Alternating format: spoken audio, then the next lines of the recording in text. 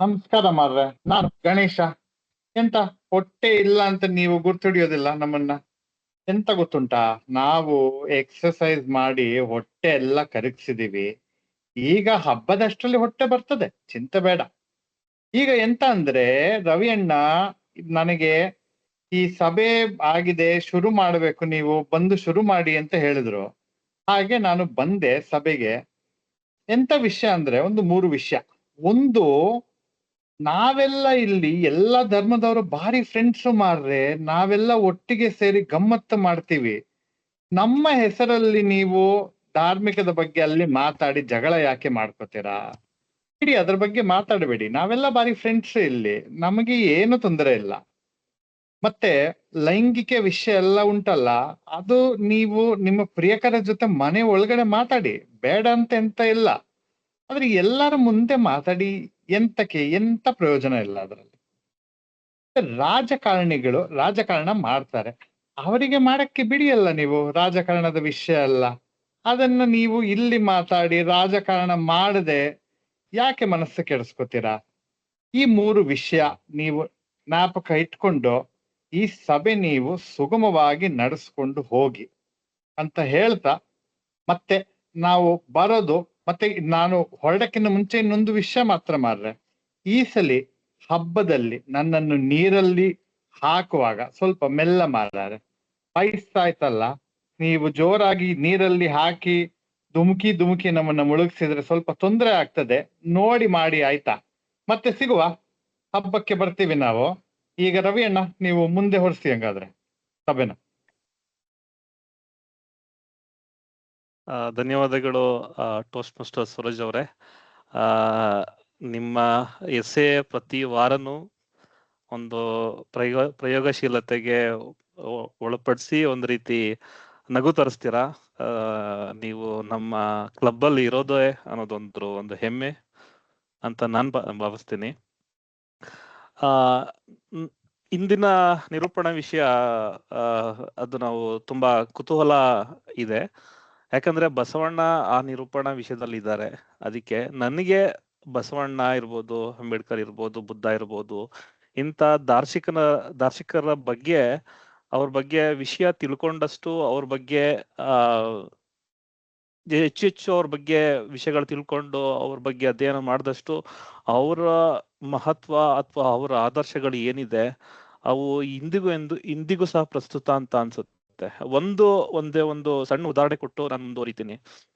ಹೀಗೆ ಬಸವಣ್ಣವ್ರ ಬಗ್ಗೆ ತಿಳ್ಕೊಳ್ಬೇಕಾದ್ರೆ, ಬಸವಣ್ಣ ಒಂದು ಚಿಕ್ಕ ಹುಡುಗ ಆಗಿದ್ದಾಗ ಅವ್ರ ತಂದೆ ವೈದಿಕ ಸಮುದಾಯದವರಾಗಿದ್ರು. ಅದಕ್ಕೋಸ್ಕರ ಅವರು ಮನೇಲಿ ಎಲ್ಲಾ ದೇವ್ರ ಫೋಟೋಗಳನ್ನ ಇಟ್ಕೊಂಡು ಪೂಜೆ ಮಾಡಿ ಪ್ರತಿಯೊಂದಕ್ಕೂ ಏನೋ ಹೂವು ಹಾಕಿ ಆಮೇಲೆ ಒಂದು ರೀತಿ ಪೂಜೆ ಮಾಡ್ತಿದ್ರಂತೆ. ಅಂದ್ರೆ ಆ ಟೈಮಲ್ಲಿ ಒಂಚೂರು ನೀರು ಕುಡಿಬಾರ್ದಿತ್ತಂತೆ, ಅಷ್ಟು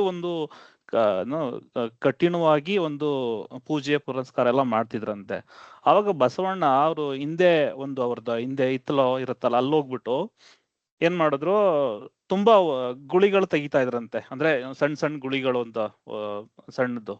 ಅದಕ್ಕೆ ಅವ್ರ ತಂದೆ ಅದನ್ನ ಗಮನಿಸ್ಬಿಟ್ಟು, ಯಾಕೆ ಈ ರೀತಿ ಮಾಡ್ತಾ ಇದೀಯ ನೀನು ಅಂತ ಕೇಳಿದಾಗ, ನನ್ಗೆ ಬಾಯಾರಿಕೆ ಆಗ್ತಾ ಇದೆ, ನೀವು ನೀರ್ ಕೊಟ್ಟಿಲ್ಲ, ಅದಕ್ಕೋಸ್ಕರ ನಾನು ಬಾವಿ ತೋಡ್ತಾ ಇದ್ದೀನಿ ಅಂತ ತಂದೆಗೆ ಹೇಳ್ತಾರಂತೆ. ಆವಾಗ ನೀನು ಒಂದು ಕಡೆ ನೀನು ಬಾವಿ ತೋಡ್ಬೇಕು, ಇಷ್ಟೊಂದ್ ಕಡೆ ತೋಡಿದ್ರೆ ಎಲ್ ಸಿಗುತ್ತೆ ಅಂತ ಬಸವಣ್ಣವರ ಬಸವಣ್ಣಂಗೆ ಹೇಳಿದಾಗ, ನೀವು ಯಾಕೆ ಅಷ್ಟೊಂದು ದೇವರುಗಳನ್ನೆಲ್ಲ ಇಟ್ಕೊಂಡು ಪೂಜೆ ಮಾಡ್ತೀರಿ, ಅಷ್ಟೊಂದು ಫೋಟೋಗಳು ಇಟ್ಕೊಂಡು ಪೂಜೆ ಮಾಡ್ತೀರಿ ಅಂತ ಆವಾಗ್ಲೇ ಒಂದು ರೀತಿ ಒಂದು ವೈಚಾರಿಕತೆ ಸಂಬಂಧಪಟ್ಟಂಗೆ ಒಂದು ಸವಾಲನ್ನ ಅವ್ರಿಗೆ ಎಸೆದಿದ್ರಂತೆ.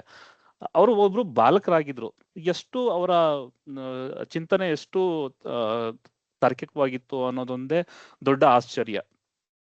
ಸೊ ಇಷ್ಟು ಹೇಳ್ತಾ, ನಾನು ಇಂದಿನ ಸಭೆಯಲ್ಲಿ ಬಸವಣ್ಣವ್ರ ಬಗ್ಗೆ ನಮ್ಮ ಸೂರಜ್ ಅವರು ಏನ್ ಮಾತಾಡ್ತಾರೆ ಅಂತ ತುಂಬಾ ಕುತೂಹಲ ಇದ್ದೀನಿ. ಅದ್ರ ಜೊತೆಗೆ ಇನ್ನೊಂದೆರಡು ವಿಷಯಗಳನ್ನ ಸೇರಿಸಿದ್ದಾರೆ. ಶಾಪಾಮೆನ್ ದುರಂಧರ್ ಇದ್ರಲ್ಲಿ ಏನಿರುತ್ತೆ ಅಂತ ಕುತೂಹಲ ಭರಿತನಾಗಿದ್ದೇನೆ. ಇಷ್ಟು ಹೇಳಿ ನಾನು ಸಭೆಯನ್ನ ಮುಂದುವರ್ಸ್ಕೊಂಡು ಹೋಗ್ಲಿಕ್ಕೆ ನಮ್ಮ ಇಂದಿನ ನಿರೂಪಕರಾದ ಸೂರಜ್ ಅವ್ರಿಗೆ ವೇದಿಕೆಯನ್ನ ಹಸ್ತಾಂತರಿಸುವ ಮುನ್ನ ಸೂರಜ್ ಅವ್ರ ಬಗ್ಗೆ ಒಂದೆರಡು ಮಾತು. ಪ್ರತಿ ಬಾರಿ ಸೂರಜ್ ಅವ್ರ ಬಗ್ಗೆ ಏನ್ ಮಾತಾಡ್ಬೇಕು, ಏನ್ ಹೇಳ್ಬೇಕು ಅನ್ನೋದು ನನಗೆ ತಲೆಯಲ್ಲಿ ಕಾಡ್ತಾ ಇರುತ್ತೆ. ಅದಕ್ಕೆ ನೀವೆಲ್ಲ ನಾಯ್ಡು ಗುರುರಾಜುಲು ನಾಯ್ಡು ಅವ್ರದ್ದು ಹರಿಕತೆ ಕೇಳಿರ್ತೀರಲ್ವಾ? ಹರಿಕತೆಯಲ್ಲಿ ಹೆಂಗ್ ಹೇಳ್ತಾರೆ, ಕೀರ್ತನಾರಂಭ ಕಾಲದಲ್ಲಿ ಈ 21ನೇ ಶತಮಾನದ 2026ನೇ ಇಸ್ವಿಯಲ್ಲಿ ನಮ್ಮ ಇಂದಿನ ಬೇಸಿಗೆಯ ಸುಡು ಬಿಸಿಲಿನಲ್ಲಿ, ಇಂಥ ಬೇಸಿಗೆಯ ಸುಡು ಬಿಸಿಲಿನಲ್ಲಿ ನಮ್ಮೆಲ್ಲರಿಗೂ ಒಂದು ತಂಪನ್ನ ಎರಿಯೋಕೆ, ಅವರ ಮಾತುಗಳಿಂದ ಒಂದು ತಂಪನ್ನ ಎರಿಯಲಿಕ್ಕೆ ನಮ್ಮ ಸೂರಜ್ ಅವ್ರು ಬರ್ತಾ ಇದ್ದಾರೆ. ಅವ್ರಿಗೆ ನಮ್ ಗುರುರಾಜ್ ನಾಯ್ಡು ಅವ್ರು ಹೇಳೋ ತರ ಒಂದು ವಾಕ್ಯದಲ್ಲಿ ನಾನು ಹೇಳಕ್ ಬಳಸ್ತೇನೆ, ಅವ್ರ ಬಗ್ಗೆ ಒಂದು ವಾಕ್ಯ ಬಳಸಕ್ ಇಷ್ಟಪಡ್ತೇನೆ. ಸೂರಜ, ನೀವು ನಮ್ಮ ಕ್ಲಬ್ಬಿನ ಒಬ್ಬ ಅಗ್ರಜ. ಇಷ್ಟು ಹೇಳ್ತಾ ಸೂರಜ್ ಅವ್ರನ್ನ ವೇದಿಕೆಗೆ ಬರಮಾಡ್ಕೊಳ್ತಾ ಇದ್ದೀನಿ. ಸೂರಜ್, ವೇದಿಕೆ ನಿಮ್ದು. ಧನ್ಯವಾದ ಟೋಸ್ಟ್ ಮಾಸ್ಟರ್ ರವಿ ಅವರೇ. ಪ್ರತಿ ಸಲಿನೂ ಹೊಸದಾಗಿ ಏನೇನೋ ಹುಡುಕೊಂಡು ಬಂದು ನಮ್ಮನ್ನ ರಂಜಿಸಿ ಖುಷಿ ಕೊಡ್ತೀರಾ. ಧನ್ಯವಾದ. ಓಕೆ, ಇವತ್ತಿನ ನಮ್ಮ ಭಾಷಣ ಅಲ್ಲ, ಇವತ್ತಿನ ನಿರೂಪಣೆ ವಿಷಯ ಏನು? ಬಸವಣ್ಣ, ಶಾಪ ಮತ್ತೆ ಧುರಂಧರ್. ಈ ವಿಷಯ ನನಗೆ ಬರೋದಿಕ್ಕೆ ಇಬ್ಬರಿಗೆ ಕೃತಜ್ಞತೆ ಹೇಳಬೇಕು. ಒಂದು, ನಮ್ಮ ಟೋಸ್ಟ್ ಮಾಸ್ಟರ್ ಆದ ಮೋಹನ್ ಮೂರ್ತಿಗಳು, ಮತ್ತೆ ನಮ್ಮ ಟೋಸ್ಟ್ ಮಾಸ್ಟರ್ ಆದ ರಾಘವೇಂದ್ರ ಅವರು. ಯಾಕೆ ಅಂತ ಹೇಳಿದ್ರೆ, ಹಿಂದಿನ ವಾರ ಮೋಹನ್ ಮೂರ್ತಿಗಳು ಮನೋವೈಜ್ಞಾನದ ಬಗ್ಗೆ ಒಂದು ಮಾತಾಡಿದಾಗ ನನ್ನ ಮನಸ್ಸಲ್ಲಿ ಅಲ್ಲಿಂದ ಬಂದಂತಹ ಆಲೋಚನೆ, ಜೊತೆಗೆ ಟೋಸ್ಟ್ ಮಾಸ್ಟರ್ ರಾಘವೇಂದ್ರ ಅವರು ಪೂರ್ವಾಪರಗಳ ಬಗ್ಗೆ ಒಂದು ಭಾಷಣ ಕೊಟ್ಟಿದ್ರಿಂದ ಆ ಭಾಷಣ ಮತ್ತೆ ನಮ್ಮ ಮೋಹನ್ ಮೂರ್ತಿಗಳ ನಿರೂಪಣೆಯ ವಿಷಯ ಎರಡು ಸೇರಿಸಿ ಹುಟ್ಕೊಂಡಂತಹ ಇವತ್ತಿನ ನಿರೂಪಣೆ ವಿಷಯ ಬಸವಣ್ಣ, ಶಾಪ ಮತ್ತೆ ಧುರಂಧರ್. ಇದರ ಮೊದಲನೇ ಭಾಗಕ್ಕೆ ಬಂದು ಬರೋಣ. ಏನು? ಬಸವಣ್ಣನವರ ವಚನಗಳಲ್ಲಿ ನನಗೆ ಯಾವಾಗ್ಲಾದ್ರೂ ಯಾರಾದ್ರೂ ಬಸವಣ್ಣನ ವಚನ ಯಾವುದು ಅಂತ ಕೇಳಿದಾಗ ನನಗೆ ಮೊದಲನೇದಾಗಿ ಬರುವಂತಹ ವಚನ ನೀವೆಲ್ಲರೂ ಕೇಳಿರ್ತೀರ. ಏನಂದ್ರೆ, ನುಡಿದರೆ ಮುತ್ತಿನ ಹಾರದಂತಿರಬೇಕು, ನುಡಿದರೆ ಮಾಣಿಕ್ಯ ದೀಪ್ತಿಯಂತಿರಬೇಕು, ನುಡಿದರೆ ಸ್ಫಟಿಕದ ಶಿಲಾಕೆಯಂತಿರಬೇಕು, ನುಡಿದರೆ ಲಿಂಗ ಮೆಚ್ಚಿ ಅಹುದಹುದನ್ನಬೇಕು, ನುಡಿಯೊಳಗಾಗಿ ನಡೆಯದಿದ್ದರೆ ಕೂಡಲ ಸಂಗಮ ದೇವ ನೆಂತೊಲಿವಿನಯ್ಯ. ಅಂದ್ರೆ ನಿಮ್ಮ ಮಾತು ಪ್ರಾಣಿಗಳಿಗೂ ಮತ್ತೆ ಮನುಷ್ಯರಿಗೂ ಇರುವಂತಹ ಒಂದೇ ವ್ಯತ್ಯಾಸ ಏನಂದ್ರೆ, ಪ್ರಾಣಿಗಳು ಅವರ ಭಾವನೆಗಳನ್ನ ಮಾತಾಗಿ ಅಭಿವ್ಯಕ್ತಿ ಪಡಿಸ್ಕೊಳ್ಳೋದಕ್ಕಾಗೋದಿಲ್ಲ. ಅವರು ನಾಯಿ ಆದ್ರೆ ಬೊಗಳುವುದು, ಬೆಕ್ಕುಗಳಾದ್ರೆ ತರತರದ ಅವರು ಒಂದು ಶಬ್ದಗಳನ್ನ ಮಾಡುವುದು, ಬೇರೆ ಪ್ರತಿಯೊಂದೊಂದು ಪ್ರಾಣಿ ಅದರ ಪ್ರಕಾರ ಶಬ್ದಗಳನ್ನ ಮಾಡುತ್ತೆ. ಮಾತಿನಿಂದ ನಮ್ಮ ವಿಷಯಗಳನ್ನ ಹೇಳುವಂತಹ ಒಂದು ಕ್ಷಮತೆ ಇರುವಂತದ್ದು ಮನುಷ್ಯರಿಗೆ ಮಾತ್ರ. ಆದ್ರೆ ಮಾತು ಹೇಗಿರಬೇಕು ಅಂತ ಬಸವಣ್ಣನವರು ಎಷ್ಟೋ ಶತಮಾನಗಳ ಹಿಂದೆ ಹೇಳಿದ್ದಾರೆ. ನಿಮ್ಮ ಮಾತು ಸ್ಪಷ್ಟವಾಗಿರಬೇಕು, ಮತ್ತೆ ಮುತ್ತಿನ ಹಾರದಂತಿರಬೇಕು. ಪ್ರತಿಯೊಂದು ಮಾತಲ್ಲಿ ಯೋಚನೆ ಮಾಡಿ ಆ ಮಾತಿನ ಅರ್ಥ ಏನು, ಬೇರೆಯವರಿಗೆ ಯಾವ ತರ ಆ ಮಾತು ಅವರು ಯಾವ ತರ ಅರ್ಥ ಮಾಡ್ಕೋಬಹುದು ಅಂತ ಮುತ್ತಿನ ತರಹ ಮಾತಾಡಿ, ಮಾಣಿಕ್ಯ ದೀಪ್ತಿಯಂತೆ ಮಾತಾಡಿ. ಅಂದ್ರೆ ನಿಮ್ಮ ಮಾತುಗಳಿಂದ ಅವರಿಗೆ ಒಂದು ಕ್ಲಾರಿಟಿ ಬರಬೇಕು, ಮಾಣಿಕ್ಯ ದೀಪ್ತಿ ತರ. ಮತ್ತೆ ನಿಮ್ಮ ಮಾತನ್ನು ಲಿಂಗ ಅಂದ್ರೆ ದೇವರು ಅಥವಾ ಇನ್ಯಾರಾದ್ರೂ ಕೇಳಿದ್ರು ದೇವರು ಕೂಡ ಓಹೋ ಎಂತ ಮಾತಾಡದ ಇವನು ಅಂತ ಮೆಚ್ಚಬೇಕು ಅನ್ನೋ ಒಂದಷ್ಟು ವಿಷಯಗಳನ್ನ ಈ 4-5 ಸಾಲಿನ ವಚನದಲ್ಲಿ ಬಸವಣ್ಣನವರು ಹೇಳಿದ್ದಾರೆ. ಈಗ ಬಸವಣ್ಣನಿಂದ ಶಾಪ ಚಿತ್ರ, ಅಲ್ಲಿಂದ ಧುರಂಧರ್ ಚಿತ್ರಕ್ಕೆ ಏನು ಲಿಂಕ್ ಇರಬಹುದು ಅಂತ ತಿಳ್ಕೊಳಕ್ಕಿಂತ ಮುಂಚೆ, ಹೇಗೆ ಈ ನನ್ನ ನಿರೂಪಣೆಯಲ್ಲಿ 3 ಭಾಗಗಳಿದೆಯೋ, ಬಸವಣ್ಣ, ಶಾಪ ಮತ್ತೆ ಧುರಂಧರ್, ಹಾಗೆ ನಮ್ಮ ಟೋಸ್ಟ್ ಮಾಸ್ಟರ್ ಸಭೆಯಲ್ಲೂ ಕೂಡ 3 ಭಾಗಗಳಿರುತ್ತೆ.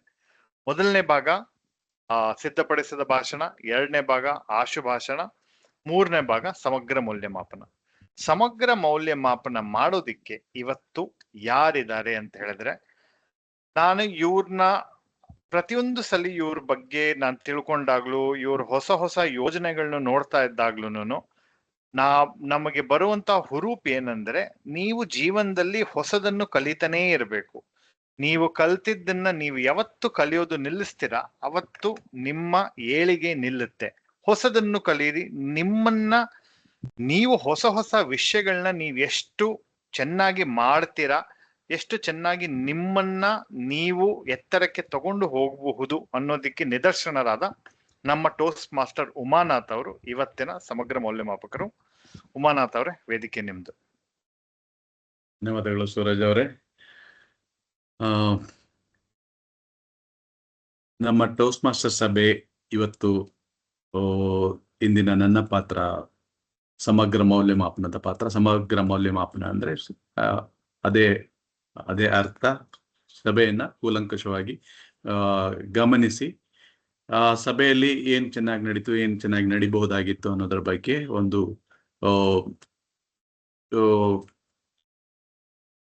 ವಿವೇಚನೆಯಿಂದ ಹೇಳುವಂತ ಒಂದು ಪಾತ್ರ ಇದು. ಈ ಪಾತ್ರದಲ್ಲಿ ನನಗೆ ಸಹಾಯ ಮಾಡ್ಲಿಕ್ಕಾಗಿ ಟೈಮರ್ ರೋಲ್ ನಲ್ಲಿ ರಾಘವೇಂದ್ರ ಅವರಿದ್ದಾರೆ. ರಾಘವೇಂದ್ರ ಅವರೇ, ನಿಮ್ಮ ಪಾತ್ರದ ಪರಿಚಯನ ಸಭೆಗೆ ಮಾಡಿಕೊಡ್ಬೇಕು. ಧನ್ಯವಾದಗಳು ಅವರೇ. ಸೊ ನನ್ನ ಪಾತ್ರದ ವಿಷಯಕ್ಕೆ ಬಂದ್ರೆ, ಇವತ್ತು ನಾನು ಸಮಯ ಪಾಲಕನಾಗಿ ಕೆಲಸ ಮಾಡ್ತಿದ್ದೇನೆ. ಪ್ರತಿಯೊಂದು ಭಾಷಣದ ಪ್ರಕಾರಕ್ಕೂ ಸಮಯ ನಿಗದಿಯಾಗಿರುತ್ತೆ. ಸೊ ಸಿದ್ಧಪಡಿಸಿದ ಭಾಷಣಕ್ಕೆ 5 ರಿಂದ 7 ನಿಮಿಷಗಳು, ನಾನು ಹಾಗೆ ಆಶು ಭಾಷಣಕ್ಕೆ 1 ರಿಂದ 2 ನಿಮಿಷಗಳು, ಮೌಲ್ಯಮಾಪನಕ್ಕೆ 2 ರಿಂದ 3 ನಿಮಿಷಗಳು. ಸೊ ನಾನು ಸಿದ್ಧಪಡಿಸಿದ ಭಾಷಣಕ್ಕೆ 5 ನಿಮಿಷ ಆದ್ಮೇಲೆ ಹಸಿರು ಬಣ್ಣ, ಈ ತರ 6 ನಿಮಿಷ ಆದ್ಮೇಲೆ ಹಳದಿ ಬಣ್ಣ, ಮತ್ತೆ 7 ನಿಮಿಷಕ್ಕೆ ನಾನು ಕೆಂಪು ಬಣ್ಣ ತೋರಿಸ್ತೇನೆ. ಸೊ ಹಾಗೇನೆ ಆಶು ಭಾಷಣಕ್ಕೆ 1 ರಿಂದ 2 ನಿಮಿಷ, 1 ನಿಮಿಷ ಆದ್ಮೇಲೆ ಹಸಿರು ಬಣ್ಣ, 2 ನಿಮಿಷ ಆದ್ಮೇಲೆ ಹಳದಿ ಬಣ್ಣ, 3 ನಿಮಿಷ 1.5 ನಿಮಿಷಕ್ಕೆ ಹಳದಿ ಬಣ್ಣ, 2 ನಿಮಿಷಕ್ಕೆ ಕೆಂಪು ಬಣ್ಣ ತೋರಿಸ್ತೇನೆ.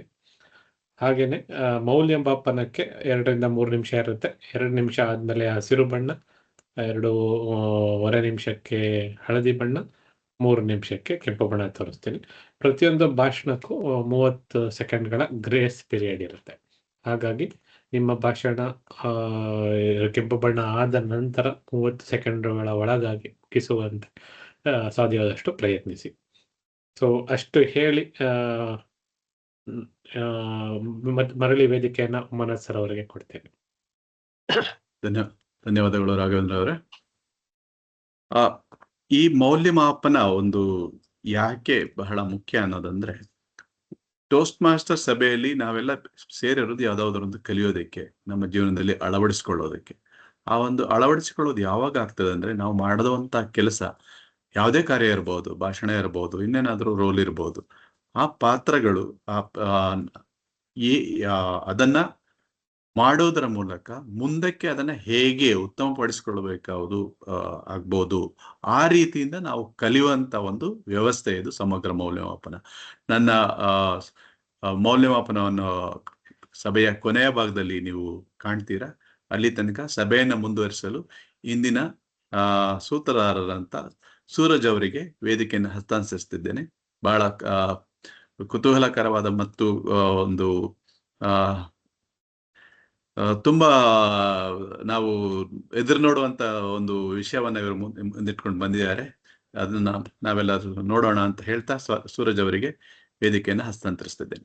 ಧನ್ಯವಾದಗಳು. ಧನ್ಯವಾದ ಟೋಸ್ಟ್ ಮಾಸ್ಟರ್ ಉಮಾನಾಥ್ ಅವರೇ. ಓಕೆ, ಇವತ್ತು ನಮ್ಮ ಸಭೆಯಲ್ಲಿ ಒಬ್ರು ನೆಂಟರು ಬಂದಿದ್ದಾರೆ, ಹೊಸಬರು ಬಂದಿದ್ದಾರೆ. ಕಮಲಾ ಬಾಲಾಜಿ ಅವರೇ, ನಿಮ್ಗೆ ನನ್ನ ಮಾತು ಕೇಳಿಸ್ತಾ ಇದೆಯಾ? ನೀವು ನಿಮ್ಮ ಪರಿಚಯ ಮಾಡ್ಕೊಡ್ಬಹುದಾ? ಸರ್, ಅವರು ನನ್ನ ಸಿಸ್ಟರ್ ಅವರು ಸರ್, ನಮ್ಮ ಅಕ್ಕ ಅವರು. ಅಷ್ಟೇ ಹೇಳ್ತೀನಿ. ಅವರು ಆಸಕ್ತಿ ತೋರಿಸಿದ್ರು, ಅದಕ್ಕೋಸ್ಕರ ಬಂದಿದ್ದಾರೆ. ಮಾತಾಡ್ಬೋದು ಕಮಲ ಅವರು. ನಮಸ್ತೆ ಸರ್, ಎಲ್ಲರಿಗೂ ಧನ್ಯವಾದಗಳು, ನಮಸ್ಕಾರಗಳು. ನಾನು 1-2 ವಿಡಿಯೋಸ್ನ ಯೂಟ್ಯೂಬ್ ಅಲ್ಲಿ ನೋಡಿದ್ದೀನಿ. ಅಪ್ಲೋಡ್ ಮಾಡಿದಾಗ ತುಂಬಾ ಚೆನ್ನಾಗಿರುತ್ತೆ ನಿಮ್ಮ ಚರ್ಚೆಗಳು. ಹಾಗಾಗಿ ಲಿಂಕ್ ಕಳ್ಸಿದ್ರು. ಹಾಗಾಗಿ ನಾನು ಸೇರಿ ನಿಮ್ಮ ಮಾತುಗಳನ್ನ ನಾನು ಕೇಳ್ಬೇಕಂತ ಅನಿಸ್ತು. ಕೇಳಿಸ್ಕೊತಾ ಇದ್ದೀನಿ. ತುಂಬಾ ಚೆನ್ನಾಗಿ ನಡೀತಾ ಇದೆ. All the best. ಚೆನ್ನಾಗಿ ಮಾಡಿ ಸರ್. ಧನ್ಯವಾದ ಕಮಲಾ ಅವರೇ. ನಮ್ಮ ಯೂಟ್ಯೂಬ್ ಅಲ್ಲಿ ಅದೆಲ್ಲ ನಮ್ಮ ರವಿ ಅವರ ಪ್ರಯತ್ನ. ಪ್ರತಿ ವಾರನು ಅವರು ಇದಕ್ಕೆ ಮೀಟಿಂಗ್ ನ ರೆಕಾರ್ಡ್ ಮಾಡಿ ಅದನ್ನ ಯೂಟ್ಯೂಬ್ ಅಲ್ಲಿ ಹಾಕಿ ತಪ್ಪದೆ ಆ ಕೆಲ್ಸನ ನಿಷ್ಠಾವಂತರಾಗಿ ಮಾಡ್ತಾರೆ. ಹಾಗಾಗಿ ಅವರು ಮಾಡೋದಿಕ್ಕೆ ನಮ್ಮ ಈ ಎಲ್ಲ ವಿಷಯಗಳು ಯೂಟ್ಯೂಬ್ ನಲ್ಲಿ ಬರುತ್ತೆ. ನೀವ್ ಅದನ್ನ ನೋಡಿ ನಮ್ಮ ಸಭೆಗೆ ಸೇರಿರೋದು ಸಂತೋಷ. ಆಶು ಭಾಷಣದಲ್ಲಿ ನಿಮ್ಗೆ ಯಾವ್ದಾದ್ರು ಒಂದು ಟಾಪಿಕ್ ಕೊಡ್ತೀವಿ ಮಾತಾಡೋದಿಕ್ಕೆ. ನಿಮಗೆ ಆದ್ರೆ ನಿಮ್ಮ ಕ್ಯಾಮರಾನ ನೀವು ಸ್ವಿಚ್ ಆನ್ ಮಾಡಿದ್ರೆ ನಿಮ್ಮ ಹೆಸರಿಗೆ ಒಂದು ಮುಖ ಪರಿಚಯ ಕೂಡ ಆಗ್ತದೆ. ಬಟ್ ಆದ್ರೆ ನಿಮಗೆ ಆದ್ರೆ ಮಾತ್ರ ಕಂಫರ್ಟಬಲ್ ಇದ್ರೆ ನೀವು ಮಾಡ್ಬೋದು. ಇಲ್ಲ ಸರ್, ಇವತ್ತು ಸ್ವಲ್ಪ ವರ್ಕ್ ಇತ್ತು. ಹಾಗಾಗಿ ತೊಂದ್ರೆ ಇಲ್ಲ. ಅದ್ ಮಾಡ್ಕೊಂಡು ಕೇಳಿಸ್ಕೊಂಡು ನಾನು ವರ್ಕ್ ಮಾಡ್ತಾ ಇದ್ದೀನಿ. ನೆಕ್ಸ್ಟ್ ಟೈಮ್ ಕೊಡಿ ಸರ್, ನಾನು ಟ್ರೈ ಮಾಡ್ತೀನಿ. ಡನ್ ಮಾಡುವ. Okay, thank you sir. Okay, ಧನ್ಯವಾದ ಕಮಲಾ ಅವರೇ. ಸರಿ, ಈಗ Thank you, ನಮ್ಮ ಸಭೆಯ ಮುಂದಿನ ವಿಷಯ, ಬಸವಣ್ಣನವರಿಗೂ ಶಾಪ ಚಿತ್ರಕ್ಕೂ ಏನು ಸಂಬಂಧ? 2002-2003 BC ಪಾಟೀಲ್ ಅವರ ತಮ್ಮನಾದ ಅಶೋಕ್ ಪಾಟೀಲ್ ಅವರು ಅಮೆರಿಕಾದಲ್ಲಿ ಅವರು ಕೆಲಸ ಮಾಡ್ತಾ ಇದ್ರು. ಮತ್ತೆ ಅಲ್ಲಿ ಸಿನಿಮಾ ಬಗ್ಗೆ ಅಲ್ಲಿ ತರಬೇತಿ ಪಡೆದು ಕನ್ನಡದಲ್ಲಿ ನಾವು ಒಂದು ಸಿನಿಮಾ ಮಾಡಬೇಕು ಅಂತ ಮಾಡಿದಂತಹ ಸಿನಿಮಾ ಶಾಪ. ನಾನು ಟೀನೇಜ್ ಅಥವಾ ನಾನು ದೊಡ್ಡವನಾದಾಗ ನೋಡಿದಂತಹ ಸಿನಿಮಾ ನನ್ನ ಮೇಲೆ ತುಂಬಾ ಪರಿಣಾಮ ಬೀರಿದಂತಹ ಸಿನಿಮಾ ಶಾಪ. ಹಾಗಾಗಿ ನಾನು ಯಾವತ್ತೂ ಮರೆಯೋಕ್ಕಾಗೋದಿಲ್ಲ. ಆ ಶಾಪ ಚಿತ್ರದಲ್ಲಿ ಏನು ಚಿತ್ರಕಥೆ ಅದೆಲ್ಲ ನಾನು ಹೇಳಲ್ಲ, ನೀವು ಯೂಟ್ಯೂಬ್ ಅಲ್ಲಿ ಹೋಗಿ ನೋಡಿ. ಅದರಲ್ಲಿ ಒಂದು ವಿಷಯ ನಮ್ಮ ಸಭೆಗೆ ಹೇಗೆ ಪೂರಕವಾಗುತ್ತೆ ಅಂತ ಹೇಳಿದ್ರೆ, ಅದರಲ್ಲಿ 3 ಪಾತ್ರಗಳಿದೆ. ಒಂದು ಪಾತ್ರ ನಮ್ಮ ರಮೇಶ್ ಅರವಿಂದ್ ಅವರು, ನಟ ರಮೇಶ್ ಅರವಿಂದ್ ಅವರು ಒಂದು ಪಾತ್ರ ನಿರ್ವಹಿಸ್ತಾರೆ. ಅವರ ತಂದೆ ಜೈ ಜಗದೀಶ್ ಅವರು. ಕತೆ ಹೇಗೆ ನಡೆಯುತ್ತೆ ಅಂದ್ರೆ, ರಮೇಶ್ ಅರವಿಂದಿನ ಪಾತ್ರ ಹುಟ್ಟುತ್ತಲೇನೆ ಅವರ ಜನ್ಮ ಆದಾಗ ಅವರ ತಾಯಿ ತೀರ್ ಹೋಗ್ತಾರೆ. ಅವ್ರ ಹೆರಿಗೆ ಮಾಡ್ತಾ ಈ ಮಗು ಬರುತ್ತೆ, ಈ ಮಗು ಬದುಕುತ್ತೆ, ಆದ್ರೆ ತಾಯಿ ತೀರ್ ಹೋಗ್ತಾರೆ. ತಾಯಿ ತೀರ್ ಹೋಗಿದ್ರಿಂದ ಅವರ ತಂದೆಯಾದ ಜೈ ಜಗದೀಶ್ಗೆ ಈ ಮಗು ಮೇಲೆ ಬಹಳ ಕೋಪ, ಅಸಡ್ಡೆ, ಮತ್ತೆ ಈ ಮಗು ನನ್ನ ಹೆಂಡತಿನ ಕೊಂದು ಬಿಡ್ತು ಅನ್ನೋ ಒಂದು ಪೂರ್ವಾಪರದ ಭಾವನೆ. ಆದ್ರೂ ಮಗು ಹುಟ್ಟಿದೆ, ತಾಯಿ ತೀರ್ಕೊಂಡಿದ್ದಾಳೆ, ತಂದೆ ಆ ಮಗುನ ಬೆಳೆಸ್ಲೇಬೇಕು. ಆದ್ರೆ ಆ ಪೂರ್ವಾಪರ ಅವರಿದ್ದ ಕೋಪ ಮತ್ತೆ ಅದನ್ನ ಅವರು ಮಗು ಮೇಲೆ ಹೇಗೆ ತೆಗಿತಾರೆ ಅಂದ್ರೆ, ಆ ಮಗು ಬೆಳೀತಾನೆ ಆ ಮಗುಗೆ ಪ್ರತಿ ಸಲನೂ ನಿನ್ ಕೈಲಿ ಏನೂ ಆಗೋದಿಲ್ಲ, ನೀನ್ ಹುಟ್ಟಿರದೆ ಅಪಶಕುನ, ನಿನ್ನಿಂದ ನೀನ್ ಯಾವ ಕೆಲಸ ಮಾಡಕ್ ಹೋದ್ರುನು ನಿನ್ನ ಕೈಯಲ್ಲಿ ಆಗೋದಿಲ್ಲ ಅನ್ನೋ ವಿಷಯನ ಆ ಮಗುಗೆ ಚಿಕ್ಕಂದಿನಿಂದ ಹೇಳ್ಕೊತಾ ಬರ್ತಾರೆ. ಆ ಚಿಕ್ಕಂದಿನಿಂದ ಮಗುಗೆ ಅದೇ ವಿಷಯನ ಹೇಳ್ತಾ ಬಂದಾಗ ಆ ಮಗುವಿನಲ್ಲಿ ಅದು ದೊಡ್ಡದಾದಾಗ ಹೇಗೆ ಆತ್ಮಸ್ಥೈರ್ಯ ಕಡಿಮೆ ಆಗ್ತದೆ, ಹೇಗೆ ಸೈಕಲಾಜಿಕಲಿ ಮಾನಸಿಕವಾಗಿ ಅದರಿಂದ ಆ ಮಗುವಿಗೆ ಸಮಾಜದಲ್ಲಿ ಸೇರ್ಕೊಳ್ಳೋದಿಕ್ಕೆ ಅಥವಾ ಅವರ ಭಾವನೆಗಳನ್ನ ಮುಕ್ತವಾಗಿ ಅಭಿಪ್ರಾಯ ಮಾಡಬೇಕು ಅಂತ ಅನ್ನಿಸ್ದಾಗೆಲ್ಲ ಆ ತಂದೆಯ ಮಾತುಗಳು ಯಾವಾಗ್ಲೂ ಮನಸ್ಸಲ್ಲಿ ಕಿವಿನಲ್ಲಿ ಗುಯ್ಗುಡ್ತಾ ಇರುತ್ತೆ. ಏನೋ ಒಂದು ಕೆಲಸ ಮಾಡ್ಬೇಕು ಅಂತ ಹೋದಾಗ ಅದರಲ್ಲಿ ಯಾವುದೇ ವಿಷಯಕ್ಕೆ ವೈಫಲ್ಯತೆ ಕಂಡ್ರುನು, ನಮ್ ತಂದೆ ಹೇಳಿದ್ರು, ನಾನು ಅಪಶಕುನ, ನನ್ನ ಕೈಯಲ್ಲಿ ಆಗೋದಿಲ್ಲ, ನಾನು ಅಪ್ರಯೋಜಕ ಅಂತ ಕೀಳರಿಮೆ ಮೂಡಿ ಆ ಕೀಳರಿಮೆ ಬಹಳ ಮೂಡುತ್ತೆ. ಹಾಗಾಗಿ ಅದಕ್ಕೆ ಮಾನಸಿಕವಾದ ಚಿಕಿತ್ಸೆ ಪಡೆಯಕ್ಕೆ ಶುರು ಮಾಡ್ತಾರೆ.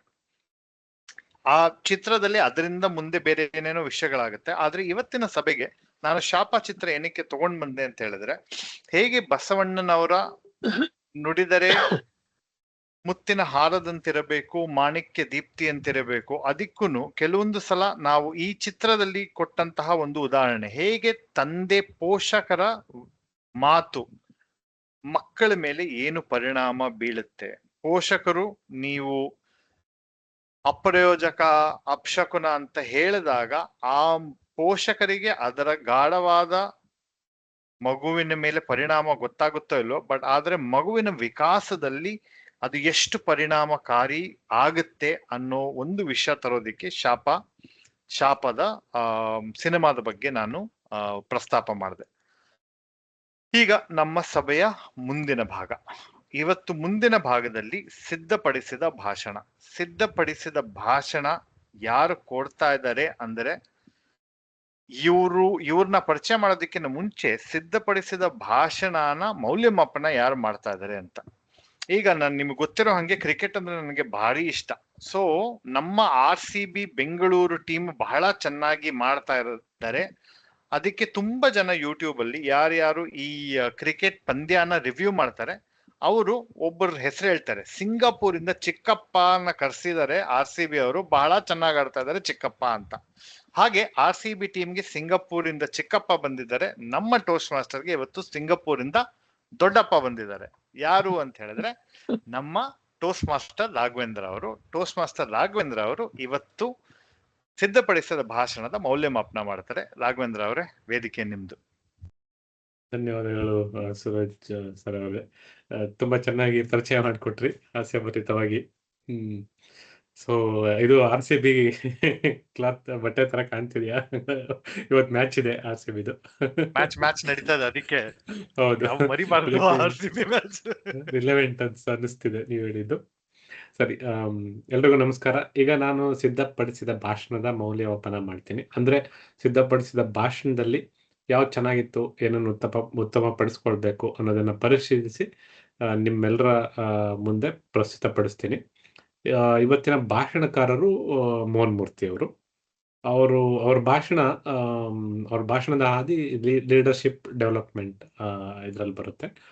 ಹಾಗೇನೆ ಅವರು ಲೆವೆಲ್ 3 ಮತ್ತೆ ಪ್ರಾಜೆಕ್ಟ್ 2 ಭಾಗವಾಗಿ ಇವತ್ತು ನಮ್ಗೆ ಅವ್ರು ಭಾಷಣ ಕೊಡ್ತಾ ಇದ್ದಾರೆ. ಇದರಲ್ಲಿ ಅವರು ಒಂದು ಕಥೆ ಆಧಾರಿತ ಭಾಷಣವನ್ನ ನೀಡಬೇಕಾಗತ್ತೆ. ಸೊ ಅಥವಾ ಒಂದು ಕಥೆನೇ ಭಾಷಣದ ತರ ಅವರು ಕೊಡ್ಬೇಕಾಗತ್ತೆ. ಸೊ ಇಷ್ಟು ಹೇಳಿ ನಾನು ವೇದಿಕೆನ ಮರಳಿ ಸೂರಜ್ ಸರ್ ಅವರಿಗೆ ಕೊಡ್ತಾ ಇದ್ದೀನಿ. ಧನ್ಯವಾದಗಳು. ಧನ್ಯವಾದ ಟೋಸ್ಟ್ ಮಾಸ್ಟರ್ ರಾಘವೇಂದ್ರ ಅವರೇ. ಸಮಯ ಪಾಲಕರು ನೀವೇ ಆಗಿರೋದ್ರಿಂದ ಈ ಭಾಷಣಕ್ಕೆ ಸಮಯ 5 ರಿಂದ 7 ನಿಮಿಷ. ಓಕೆ, ಭಾಷಣಕಾರರ ಬಗ್ಗೆ ಏನ್ ಹೇಳೋದು? ಇವ್ರ ಬಗ್ಗೆ ನನ್ಗೆ ಯಾವಾಗ್ಲೂ ಒಂದ್ ಅನ್ಸದಂದ್ರೆ, ನನಗೆ ಜೀವನದಲ್ಲಿ ಒಂದು 2 ದಿನ ಸಮಯ ಇದ್ದು ನಾನು ಏನು ಕೆಲಸ ಇಲ್ಲ ಅಂದ್ರೆ ಇವ್ರ ಜೊತೆ ಹೋಗಿ ಕೂತ್ಕೊಂಡು ಇವ್ರ ಜೊತೆ ಮಾತಾಡ್ಬೇಕು ಅಂತ. ಯಾಕಂದ್ರೆ ಇವರಲ್ಲಿ ಇರುವಂತಹ ವಿಷಯಗಳು, ಎಷ್ಟೋ ವಿಷಯಗಳು, ಸಾಹಿತ್ಯದ ಬಗ್ಗೆ ಇರ್ಬೋದು, ಮನೋವಿಕಾಸದ ಬಗ್ಗೆ ಇರ್ಬೋದು, ತೋಟಗಾರಿಕೆ ಬಗ್ಗೆ ಇರ್ಬೋದು, ಇವ್ರ ಹತ್ರ ನೀವು ಎಷ್ಟು ಸಮಯ ಕೊಟ್ರು ಅಷ್ಟು ವಿಷಯಗಳಿರುತ್ತೆ. 1-2 ದಿನ ನನಗೆ ಇವ್ರ ಜೊತೆ ಬಿಟ್ಬಿಟ್ರೆ ಅವ್ರು ಮಾತಾಡ್ಲಿ, ನಾನು ಕೇಳಿಸ್ಕೊಂಡಿರ್ತೀನಿ ಅಂತ ಯಾವುದೋ ಒಂದು ಆಸೆ ನನಗೆ. ಹಾಗೆ ವಿಷಯಗಳ ಭಂಡಾರವಾಗಿರುವಂತಹ ನಮ್ಮ ಟೋಸ್ಟ್ ಮಾಸ್ಟರ್ ಮೋಹನ ಮೂರ್ತಿಗಳು ಇವತ್ತು ಅವರ ಸಿದ್ಧಪಡಿಸಿದ ಭಾಷಣ ಕೊಡ್ತಾ ಇದ್ದಾರೆ. ಭಾಷಣದ ಶೀರ್ಷಿಕೆ ನಾವು ರಾಜ್ಕುಮಾರ್ ನೋಡಲು ಹೋಗಿದ್ದ ಕಥೆಯು. ನಾವು ರಾಜ್ಕುಮಾರ್ ಹೋಗಲು ನೋಡಿದ್ದ ಕತೆ. ಟೋಸ್ಟ್ ಮಾಸ್ಟರ್ ಮೋಹನ್ ಮೂರ್ತಿ ಅವರೇ, ವೇದಿಕೆ ನಿಮ್ದು. ಧನ್ಯವಾದ ಸೂರಜ್ ಅವರೇ. ಟೈಮರ್ ಯಾರು ಮಾಡ್ತಾ ಇದ್ರಿ? Okay, evaluation okay, allrounder. Okay, ಶುರು ಮಾಡೋಣ ಆಗಿದ್ರೆ. ಓಕೆ, ಎಲ್ರಿಗೂ ನಮಸ್ಕಾರ. ನಾನು ನನ್ನ ಗೆಳೆಯರ ಜೊತೆ ಸೇರಿ 2004ರಲ್ಲಿ ರಾಜ್ಕುಮಾರ್ ಅವ್ರನ್ನ ಭೇಟಿ ಮಾಡ್ಬೇಕು ಅಂತ ಅವರ ಮನೆಗೆ ಹೋಗಿದ್ದಂತ ಒಂದು ರೋಚಕ ಕಥೆನ ನಿಮ್ ಮುಂದೆ ಪ್ರಸ್ತುತಪಡಿಸೋದಕ್ಕೆ ಇವತ್ತು ಬಂದಿದ್ದೀನಿ. ಹಾಗ್ ನೋಡಿದ್ರೆ ನಾನು ಅಂಬರೀಷ್ ರವರ ಆಕ್ಷನ್ ಚಿತ್ರಗಳ ಅಭಿಮಾನಿ ಚಿಕ್ಕಂದಿನಿಂದ. ಯಾಕಂದ್ರೆ ನನ್ಗೆ ರಾಜ್ಕುಮಾರ್ ಚಿತ್ರಗಳಲ್ಲಿ ಆಕ್ಷನ್ಗಳು ಜಾಸ್ತಿ ಇರ್ತಿರ್ಲಿಲ್ಲ, ಸಾಹಸ ದೃಶ್ಯಗಳು. ಅದಕ್ಕೆ ನನ್ಗೆ ಅಂಬರೀಷ್ ಚಿತ್ರಗಳು ಬಹಳ ಇಷ್ಟ ಆಗ್ತಾ ಇತ್ತು. ಮುಂದೆ 1999ರಲ್ಲಿ ವೀರಪ್ಪನ್ ರಾಜ್ಕುಮಾರ್ ಅವ್ರನ್ನ ಅಪಹರಣ ಮಾಡಿದಾಗ ಪತ್ರಿಕೆಗಳಲ್ಲಿ ಅವ್ರ ಬಗ್ಗೆ ಹಲವಾರು ಲೇಖನಗಳು ಬರ್ತಾ ಇತ್ತು. ಆ ಲೇಖನಗಳನ್ನ ಓದಿ ನನಗೆ ರಾಜ್ಕುಮಾರ್ ಅವರು ಇಷ್ಟೆಲ್ಲ ಸಾಧನೆ ಮಾಡಿರೋ ಮನುಷ್ಯ ಹೇಗೆ ಈ ರೀತಿ ಸರಳತೆಯಿಂದ ವಿನಯದಿಂದ ಬದುಕೋದಕ್ ಸಾಧ್ಯ ಅಂತ ನನಗೆ ಆಶ್ಚರ್ಯ ಆಗೋಯ್ತು. ಅದಾದ್ಮೇಲೆ ರಾಜ್ಕುಮಾರ್ ಅವರ ಹಲವು ಚಿತ್ರಗಳನ್ನ ನೋಡಿದೆ. ಬಬ್ರುವಾಹನ, ಭಕ್ತ ಪ್ರಹ್ಲಾದ, ತ್ರಿಮೂರ್ತಿ, ಹೀಗೆ ಇದನ್ನೆಲ್ಲ ನೋಡಾದ್ಮೇಲೆ ಆಕ್ಟಿಂಗ್ ಅಂದ್ರೆ ರಾಜ್ಕುಮಾರ್ ಅವ್ರದ್ದು ಆಕ್ಟಿಂಗ್ ಅಂತ ಅನ್ಸಕ್ ಸ್ಟಾರ್ಟ್ ಆಯ್ತು. ನಾನು ನಿಧಾನವಾಗಿ ಅಂಬರೀಷ್ ಪಕ್ಷದಿಂದ ರಾಜ್ಕುಮಾರ್ ಪಕ್ಷಕ್ಕೆ ಪಕ್ಷಾಂತರ ಮಾಡಿದೆ. ಇದ್ರ ಜೊತೆಗೆ ರಾಜ್ಕುಮಾರ್ ಅವ್ರನ್ನ ಭೇಟಿ ಮಾಡ್ಬೇಕು ಅನ್ನೋ ಒಂದು ಕನಸು ನನ್ನ ಮನಸ್ಸಲ್ಲಿ ಶುರುವಾಗಿತ್ತು. ಈ ನನ್ನ ಕನಸನ್ನ ನನಸು ಮಾಡ್ಕೊಳ್ಳುವಂತ ಸುವರ್ಣಾವಕಾಶ ಒದಗಿ ಬಂದಿದ್ದು 2004ರಲ್ಲಿ. ಅವಾಗ ಏನಾಗಿತ್ತಂದ್ರೆ ನಮ್ಮ ಕಾಲೇಜಿಂದ ಒಂದು ಸಾಂಸ್ಕೃತಿಕ ಕಾರ್ಯಕ್ರಮಕ್ಕೋಸ್ಕರ ತುಮಕೂರಿಗೆ ಒಂದು ತಂಡನ ಕಳಿಸಿದ್ರು. ಆ ತಂಡದಲ್ಲಿ ನಾನು ಕೂಡ ಇದ್ದೆ. ತುಮಕೂರಲ್ಲಿ ಸಾಂಸ್ಕೃತಿಕ ಕಾರ್ಯಕ್ರಮನ ಮುಗಿಸ್ಕೊಂಡು ವಾಪಸ್ಸು ಬೆಂಗಳೂರು ಮಾರ್ಗವಾಗಿ ಕಾಲೇಜಿಗೆ ಬರ್ತಾ ಇದ್ವಿ. ಬೆಂಗಳೂರಿಗೆ ಬೆಳಗ್ಗೆನೆ ಬಂದಿದ್ವಿ, ಮಧ್ಯಾಹ್ನದವರೆಗೂ ನಮ್ಗೆ ಬಿಡುವಿತ್ತು. ಅವಾಗ ನಾನು ಮತ್ತೆ ನನ್ನ ಹಲವು ಗೆಳೆಯರು ಚರ್ಚೆ ಮಾಡಿ ಮಧ್ಯಾಹ್ನದವರೆಗೆ ಏನ್ ಮಾಡೋದು, ಹೋಗ್ ರಾಜ್ಕುಮಾರ್ ಭೇಟಿ ಮಾಡ್ಕೊ ಬಂದ್ಬಿಡೋಣ ಅಂತ ತೀರ್ಮಾನ ಮಾಡಿದ್ವಿ. BMTC ಬಸ್ ಸ್ಟ್ಯಾಂಡ್ ಹೋದ್ವಿ, ಬಸ್ ಹತ್ಕೊಂಡ್ವಿ, ರಾಜ್ಕುಮಾರ್ ಮನೆ ಕಡೆ ಹೊರಟ್ವಿ. ನಾನು ಆ ಕಂಡಕ್ಟರ್ಗೆ ಹೇಳಿದ್ದೆ, ರಾಜ್ಕುಮಾರ್ ಮನೆ ಹತ್ರ ಸ್ಟಾಪ್ ಅಲ್ಲಿ ಇಳಿಸಪ್ಪ ಅಂತ. ಅವ್ನ್ ಆಯ್ತು ಅಂತ ಹೇಳಿದ್ದ, ಆದ್ರೆ ಟಿಕೆಟ್ ಕೂಡ ಗಡಿಬಿಡಿಲಿ ಅವ್ನ್ ಮರ್ತ್ ಬಿಟ್ಟಿದ್ದ ಅನ್ಸುತ್ತೆ. ಆಮೇಲಿಂದ ಸ್ವಲ್ಪ ಹೊತ್ತಾದ್ಮೇಲೆ ನಾನು ಕೇಳ್ದೆ ಅವನ್ನ, ರಾಜ್ಕುಮಾರ್ ಮನೆಗೆ ಇನ್ನೂ ಎಷ್ಟು ದೂರ ಇದೆ ಅಂತ. ಅವನು ನೀವು ಪ್ರೀವಿಯಸ್ ಸ್ಟಾಪ್ ಅಲ್ಲಿ ಇಳ್ಕೋಬೇಕಾಗಿತ್ತು ಅಂತ ಅಂದ್ಬಿಟ್ಟು ಅವನು ನೆಕ್ಸ್ಟ್ ಸ್ಟಾಪ್ ಅಲ್ಲಿ ನಮ್ನ ಇಳಿಸ್ಬಿಟ್ಟು ಹೋದ. ನಾವು ಅಲ್ಲಿಂದ ನಡ್ಕೊಂಡು ರಾಜ್ಕುಮಾರ್ ಮನೆ ಕಡೆಗೆ ಮಾತಾಡ್ಕೊಂಡು ಹೊರಟ್ವಿ. ನಾವು ಬಹಳ ಸೀರಿಯಸ್ ಆಗಿ ಚರ್ಚೆ ಮಾಡಿ ಏನಂತಂದ್ರೆ, ರಾಜ್ಕುಮಾರ್ ಅವ್ರ ಜೊತೆ ಭೇಟಿ ಮಾಡಿದಾಗ ಅವ್ರ ಹತ್ರ ಯಾವ ವಿಷಯ ಮಾತಾಡ್ಬೇಕು, ಯಾವ ವಿಷಯ ಮಾತಾಡಬಾರ್ದು ಅಂತ ಒಂದ್ ತೀರ್ಮಾನಕ್ಕೆ ಬಂದ್ವಿ. ಆ ತೀರ್ಮಾನದ ಪ್ರಕಾರ ಏನಪ್ಪಾ ಅಂತಂದ್ರೆ, ರಾಜ್ಕುಮಾರ್ ಅವ್ರನ್ನ ಭೇಟಿ ಮಾಡಿದಾಗ ಯಾವುದೇ ಕಾರಣಕ್ಕೂ ವೀರಪ್ಪನ ಅಪಹರಣದ ವಿಷಯನ ಪ್ರಸ್ತಾಪ ಮಾಡೋದ್ ಬೇಡ. ಯಾಕಂತಂದ್ರೆ ರಾಜ್ಕುಮಾರ್ ಅವ್ರಿಗೆ ಬೇಜಾರಾಗ್ಬಿಡುತ್ತೆ ಅಂತ. ಸೊ ನಾವ್ ಇಳಿದಿದ್ದ ಸ್ಟಾಪ್ ಇಂದ ರಾಜ್ಕುಮಾರ್ ಅವರ ಮನೆ 1.5 ಕಿಲೋಮೀಟರ್ ಅಷ್ಟು ದೂರ ಇತ್ತು. ನಾವು ಅದು ಬೇಸಿಗೆ ಸಮಯ, ಮಾರ್ಚ್ ಏಪ್ರಿಲ್ ಸಮಯ, ಸೂರ್ಯ ನೆತ್ತಿ ಮೇಲೆ ಉಗ್ರ ತಾಂಡವ ಆಡ್ತಿದ್ದ. ನಾವು ಅಲ್ಲಿಂದ ನಡ್ಕೊಂಡು ರಾಜ್ಕುಮಾರ್ ಅವರ ಮನೆ ಹತ್ರ ಬರೋಷ್ಟೊತ್ತಿಗೆ ನಮಗ್ ಸಾಕಾಗೋಗಿತ್ತು. ಅಲ್ಲಿ ನೋಡಿದ್ರೆ ಮಯೂರ ಫಿಲಂ ಅಲ್ಲಿ ಪಲ್ಲವರ ಅರಮನೆ ಸುತ್ತ ಒಂದು ದೊಡ್ಡ ಗೋಡೆ ಕಟ್ಟಿರ್ತಾರಲ್ಲ, ಹಂಗೆ ರಾಜ್ಕುಮಾರ್ ಅವ್ರ ಮನೆ ಸುತ್ತ ಹಳೆತ್ತರದ ಗೋಡೆ ಕಟ್ಟಿದ್ರು. ಅಲ್ಲಿ ಕಾಂಪೌಂಡ್ ಎದುರುಗಡೆ ಒಂದಿಬ್ರು ಕಾನ್ಸ್ಟೇಬಲ್ಗಳು ಕಾವಲ್ ಕಾಯ್ತಾ ಇದ್ರು. ನಾವು ಆ ಕಾನ್ಸ್ಟೇಬಲ್ಗಳನ್ನ ಕೇಳಿದ್ವಿ, ರಾಜ್ಕುಮಾರ್ ಅವ್ರನ್ನ ಭೇಟಿ ಮಾಡ್ಬೇಕಾಗಿತ್ತು ಅಂತ. ಅವನು ಈಗ ತಾನೇ ದೇವ್ರ ತರ ಅವ್ರು ಹೋದ್ರಲ್ಲಪ್ಪ ಅಂತಂದ. ನಮ್ಗೆ ಈ ಪಲ್ಲವರ ಕಾನ್ಸ್ಟೇಬಲ್ ಸುಳ್ಳು ಹೇಳ್ತಾವನೆ ಅಂತ ನಾವು ಏನ್ ಮಾಡೋದು ಈಗ ಅಂತ ಅಂದ್ಬಿಟ್ಟು ಅಲ್ಲೇ ನಿಂತ್ಕೊಂಡು ಚರ್ಚೆ ಮಾಡ್ತಾ ಇದ್ವಿ. ಅಷ್ಟರಲ್ಲಿ ಅವನು, ಏಯ್ ಇಲ್ಲಿ ನಿಂತ್ಕೊಬಾರ್ದು ಕಣ್ರೆ, ಹಿಂಗೆ ಹೋಗ್ರಯ್ಯ ಅಂತ ಗದರಿಸ್ತ. ನಮ್ಗೆ ಈಗೋ ಹರ್ಟ್ ಆಗೋಯ್ತು. ಈ ಮಯೂರ ಫಿಲಂ ಅಲ್ಲಿ ಒಂದ್ ಡೈಲಾಗ್ ಇದೆ, ಕನ್ನಡಿಗರ ಸಾಹಸ, ಕನ್ನಡಿಗರ ಪೌರುಷ, ಕನ್ನಡಿಗರ ಸ್ವಾಭಿಮಾನ ಅಂತ. ಆ ರೀತಿ ಆವೇಶ ನಮಗ್ ಬಂದ್ಬಿಡ್ತು. ನಮ್ಗೆ ಆ ಕ್ಷಣದಲ್ಲಿ ರಾಜ್ಕುಮಾರ್ ಅವ್ರನ್ನ ಭೇಟಿ ಮಾಡ್ಬೇಕು ಅನ್ನೋದಕ್ಕಿಂತ ಆ ಕಾನ್ಸ್ಟೇಬಲ್ ಸುಳ್ಳು ಹೇಳ್ತಾ ಇದ್ದಾನೆ ಅನ್ನೋದನ್ನ ಪ್ರೂವ್ ಮಾಡೋದೇ ಮುಖ್ಯ ಆಗೋಗಿತ್ತು. ನಾವಲ್ಲೇ ಚರ್ಚೆ ಮಾಡಿದ್ವಿ. ನಮ್ಮ ಚರ್ಚೆ ಪ್ರಕಾರ ಹತ್ತಿರದಲ್ಲಿರೋ ಟೆಲಿಫೋನ್ ಬೂತ್ಗೆ ಹೋದ್ವಿ. ನಾವೇನ್ ಡಿಸೈಡ್ ಮಾಡಿದ್ವಿ ಅಂತಂದ್ರೆ, ರಾಜ್ಕುಮಾರ್ ಅವ್ರ ಮನೆಗೆ ನಂಬರ್ನ ಹುಡುಕ್ಬಿಟ್ಟು ರಾಜ್ಕುಮಾರ್ ಅವ್ರ ಮನೆಗೆ ಕಾಲ್ ಮಾಡೋದು. ರಾಜ್ಕುಮಾರ್ ಅವರ ಎಲ್ಲಾ ವ್ಯವಹಾರಗಳನ್ನ ಪಾರ್ವತಮ್ಮ ರಾಜ್ಕುಮಾರ್ ಅವ್ರು ನೋಡ್ಕೋತಾರೆ. ಆದ್ರಿಂದ ಟೆಲಿಫೋನ್ ಕನೆಕ್ಷನ್ ಕೂಡ ಅವ್ರ ಹೆಸರಲ್ಲಿ ಇರುತ್ತೆ. ಅದಕ್ಕೆ ಏನಂತಂದ್ರೆ, ಪಾರ್ವತಮ್ಮ ಅನ್ನೋ ಒಂದು ಹೆಸರಲ್ಲಿರುವಂತ ಒಂದು ಹಲವು ನಂಬರ್ಗಳನ್ನ ಪತ್ತೆ ಮಾಡಿ ನಾವು ಡಯಲ್ ಮಾಡಿದ್ವಿ. ಎಲ್ಲ ಬಹುತೇಕ ರಾಂಗ್ ನಂಬರ್ಗಳೇ, ಯಾವ್ದು ಕನೆಕ್ಟ್ ಆಗ್ಲೇ ಇಲ್ಲ. ನಾವು ಬೆಳಿಗ್ಗೆ ತಿಂಡಿ ತಿಂದಾದ್ಮೇಲೆ ಏನು ತಿಂದೇ ಇರಲಿಲ್ಲ. ಆ ಬಿರು ಬಿಸಿಲಲ್ಲಿ 1.5 ಕಿಲೋಮೀಟರ್ ಎಲ್ಲ ಅಲ್ದಾಡ್ಬಿಟ್ಟಿದ್ವಿ. ಇದೆಲ್ಲ ಏನಂತಂದ್ರೆ, ಇದೆಲ್ಲದ್ರ ಪರಿಣಾಮ ಏನಾಯ್ತಂದ್ರೆ, ನಮ್ಗೆ ರಾಜ್ಕುಮಾರ್ನ ಭೇಟಿ ಮಾಡ್ಬೇಕು ಅನ್ನೋ ಆಸೆನೆ ಹೊರಟೋಯ್ತು. ಆಮೇಲಿಂದ ಆ ಕಾನ್ಸ್ಟೇಬಲ್ಗೆ ಬೈಕೊಂಡು ನಾವು ಪುನಃ ಬಸ್ ಹತ್ಕೊಂಡು ಮೆಜೆಸ್ಟಿಕ್ ರಿಟರ್ನ್ ಆದ್ವಿ. ನನ್ಗೆ ಈ ಸಾಹಸ ಯಾತ್ರೆ ಸಂಪೂರ್ಣವಾಗಿ ವಿಫಲ ಆಯ್ತು ಅಂತಾನೆ ಅನ್ಕೊಂಡಿದ್ದೆ. ಮುಂದೆ 11 ವರ್ಷ ಆದ್ಮೇಲೆ ನನಗೆ ಆ ಅಭಿಪ್ರಾಯ ಬದಲಾಯ್ತು. 2000 ಆ ಸಂದರ್ಭದಲ್ಲಿ ನಾನು US ನಲ್ಲಿದ್ದೆ. 2015 ಅಕ್ಟೋಬರ್ ಅಲ್ಲಿ ನಾವು ಈ ರಾಜ್ಕುಮಾರ್ನ ಭೇಟಿ ಮಾಡಿದ್ವಲ್ಲ, ಈ ಸಾಹಸ ಯಾತ್ರೆನ ಒಂದು ಬ್ಲಾಗ್ ರೂಪದಲ್ಲಿ ಬರೆಯೋಣ ಅಂತ ಡಿಸೈಡ್ ಮಾಡಿದೆ. ಆ ಸಂದರ್ಭದಲ್ಲಿ ಒಂದು ಬಾರಿ ನಾನು ನ್ಯೂಯಾರ್ಕ್ ನ ಜಾನ್ ಎಫ್ ಕೆನಡಿ ಏರ್ಪೋರ್ಟ್ ಅಲ್ಲಿ ಇದ್ದೆ. ಅಲ್ಲಿ ನನ್ನ ಸ್ನೇಹಿತರಿಗೋಸ್ಕರ ಒಂದು ಹಲವು ಗಂಟೆಗಳಷ್ಟು ಕಾಯ್ಬೇಕಾದಂತ ಒಂದು ಅನಿವಾರ್ಯತೆ ಸೃಷ್ಟಿಯಾಗೋಗಿತ್ತು. ನಾನು ಆ ಏರ್ಪೋರ್ಟ್ ಗದ್ದಲದಲ್ಲಿ ಒಂದು ಪಿಲ್ಲರ್ ಕೆಳಗಡೆ ಕೂತ್ಕೊಂಡು ಈ ಬ್ಲಾಗ್ ನ ಬರೆಯಕ್ ಸ್ಟಾರ್ಟ್ ಮಾಡಿದೆ. ಬರೀತಾ ಎಷ್ಟು ಎಂಜಾಯ್ ಮಾಡಿದೀನಿ ಅಂತಂದ್ರೆ ನನ್ಗೆ ಒಂಥರ ಆಶ್ಚರ್ಯ ಆಗೋಯ್ತು ಆ ಎಂಜಾಯ್ಮೆಂಟ್ ನೋಡಿ. ನಾವು ಅವತ್ತು ರಾಜ್ಕುಮಾರ್ನ ಭೇಟಿ ಮಾಡುವಂತ ಒಂದು ಗುರಿ ನಮ್ದು ಈಡೇರದೇ ಇರ್ಬೋದು, ಆದ್ರೆ ರಾಜ್ಕುಮಾರ್ನ ಭೇಟಿ ಮಾಡುವ ಒಂದು ಗುರಿಯ ಕಡೆಗೆ ಮಾಡಿದಂತ ಪ್ರಯಾಣನ ನಾವು ಎಂಜಾಯ್ ಮಾಡಿದ್ವಿ. ರಾಜ್ಕುಮಾರ್ ಅವರು ಅವರ ಬದುಕಿನಲ್ಲಿ ಜೀವನನ ಅದು ಇರೋ ರೀತಿನೇ ಖುಷಿಯಿಂದ ಸ್ವೀಕರಿಸುವಂತ ಒಂದು ಗುಣನ ಅಳವಡಿಸ್ಕೊಂಡಿದ್ರು. ನಾನು ಅವತ್ತು ನಮ್ಮ ವಿಫಲ ಯಾತ್ರೆನ ನೆನಪಿಸ್ಕೊಂಡು ನಗಾಡ್ತಾ ಇರ್ಬೇಕಾದ್ರೆ ನಾನು ಕೂಡ ಜೀವನನ ಅದು ಇರೋ ರೀತಿನೇ ಸ್ವೀಕರಿಸುವಂತ, ಖುಷಿಯಿಂದ ಸ್ವೀಕರಿಸುವಂತ ಒಂದು ಗುಣನ ನಾನು ಗೊತ್ತಿಲ್ದನೆ ಆ ಪಾಠನ ಅಳವಡಿಸ್ಕೊಂಡಿದ್ದೆ. ನಮ್ಮ ಜೀವನದಲ್ಲೂ ಅಷ್ಟೇ, ಎಷ್ಟೋ ಬಾರಿ ನಾವು ಗುರಿ ಕಡೆ ನಮ್ಮ ಗಮನನ ಕೇಂದ್ರೀಕರಿಸಿ ಗುರಿ ತಲುಪೋದಕ್ಕೆ ಹೋಗ್ಬೇಕಾದಂತ ಪ್ರಯಾಣನೇ ಏನಂತಂದ್ರೆ ಎಂಜಾಯ್ ಮಾಡೋದಿಲ್ಲ. ಈ ಪ್ರಯಾಣದ ಹಾದಿಲಿ ಸಿಗುವಂತ ಹಲವು ಸುಂದರ ಅನುಭವಗಳನ್ನ ಸವಿಯುವಂತ ಅವಕಾಶನೇ ಕಳ್ಕೊಬಿಡ್ತೀವಿ. ಆದ್ರಿಂದ ನಾವು ಯಾವಾಗ್ಲೂ ಬರೀ ಗುರಿ ಅಷ್ಟೇ ಅಲ್ಲದೆ ಪ್ರಯಾಣನೂ ಕೂಡ ಪ್ರೀತಿಸೋಣ. ಆ ಪ್ರಯಾಣನ ಪ್ರೀತಿಸೋದ್ರಿಂದ ಆ ಗುರಿ ಕಡೆಗೆ ಹೋಗ್ಬೇಕಾದ್ರೆ ಹಲವು ಸುಂದರ ಅನುಭವಗಳಿಗೆ ನಾವು ಸಾಕ್ಷಿ ಆಗ್ತೀವಿ ಅಂತ ಹೇಳ್ತಾ ನನ್ನ ಮಾತುಗಳನ್ನ ಮುಗಿಸ್ತೀನಿ. ಎಲ್ರಿಗೂ ಧನ್ಯವಾದ.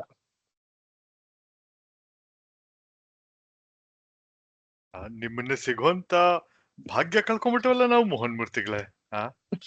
ನಾವು ಶಾರೀರಿಕವಾಗಿಲ್ದೇ ಇದ್ರುನು ನಮ್ಮ ಚೈತನ್ಯದ ಮೂಲಕ ನಿಮಗೆ ಮತ್ತೆ ನಿಮ್ಮನ್ನ ಸಿಗುವಂತ ಭಾಗ್ಯ ಸಿಕ್ಕಿದೆ. ಧನ್ಯವಾದ ಹೇಳ್ತಾ ಈಗ ನಮ್ಮ ಸಭೆಯ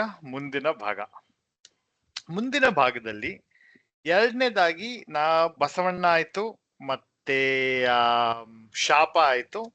ಈಗ ಪ್ರಸ್ತುತದಲ್ಲಿ ಧುರಂಧರ್ ಚಿತ್ರ. ಎಷ್ಟು ಜನ ನೀವು ಧುರಂಧರ್ ದ ರಿವೆಂಜ್ ನೋಡಿರೋರು ಯಾರಿದ್ರೆ ಕೈ ಎತ್ತಿ. ಉಮಾನಾಥ್ ಸರ್ ನೋಡಿದಾರೆ. ರಾಘವೇಂದ್ರ ಅವರು ಆಮೇಲೆ ನೋಡಿದಿರಾ?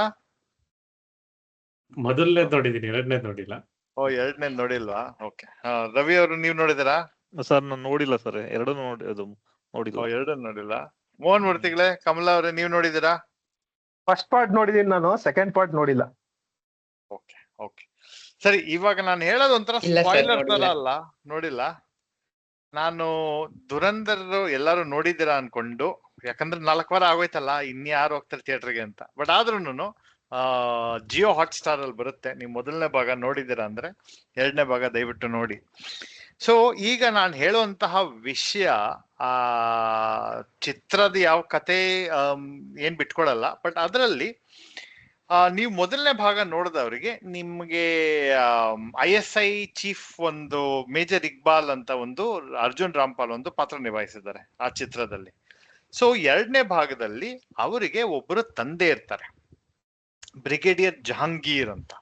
ಸೊ ನೀವು ಚಿತ್ರ ನೋಡಿದಾಗ ಆ ಒಂದಷ್ಟು ಸನ್ನಿವೇಶಗಳು ನನ್ನ ಮೇಲೆ ಬಹಳ ಪರಿಣಾಮ ಬೀರಿದೆ. ಏನಂದ್ರೆ ಮೇಜರ್ ಇಕ್ಬಾಲ್ ಯಾವಾಗ ಮನೆಗೆ ಬಂದಾಗ್ಲೂನು ಅವರ ತಂದೆ ಮಗನ ಮಧ್ಯದಲ್ಲಿ ನಡೆಯುವಂತಹ ಮಾತುಕತೆ, ತಂದೆ ಮಧ್ಯದಲ್ಲಿ ನಡೆಯುವಂತಹ ಮಾತುಕತೆ ಹೇಗಿರುತ್ತೆ ಅಂದ್ರೆ, ಅದರಲ್ಲಿ ಒಂದು ಸನ್ನಿವೇಶ, ಭಾರತದಲ್ಲಿ ಸರ್ಕಾರ ಬದಲಾಗ್ತದೆ, ಹೊಸ ಸರ್ಕಾರ 2014ರಲ್ಲಿ 15ರಲ್ಲಿ ಆಗ್ತದೆ. ಆ ವಿಷಯನ ಬ್ರಿಗೇಡಿಯರ್ ಜಹಾಂಗೀರ್ ಅವರು ಮನೇಲಿ ಕೂತ್ಕೊಂಡು ಟಿವಿನಲ್ಲಿ ನೋಡ್ತಾ ಇರ್ತಾರೆ. ಅದೇ ಸಮಯಕ್ಕೆ ಮೇಜರ್ ಇಕ್ಬಾಲ್ ಅರ್ಜುನ್ ರಾಮ್ಪಾಲ್ ಮನೆಗೆ ಬರ್ತಾರೆ. ಮಗನನ್ನ ನೋಡಿ ತಂದೆ ಹೇಳೋದೇನಂದ್ರೆ, ನಾನು ಅದು ಮಾಡ್ತೀನಿ, ಇದು ಮಾಡ್ತೀನಿ, ಅಲ್ಲಿ ಸರ್ಕಾರ ಬೀಳಿಸ್ಬಿಡ್ತೀನಿ, ಇನ್ನೊಂದು ಮಾಡ್ತೀನಿ ಅಂತೆಲ್ಲ ನನ್ನ ಹತ್ರ ಹೇಳ್ತಾ ಇದ್ದೆ.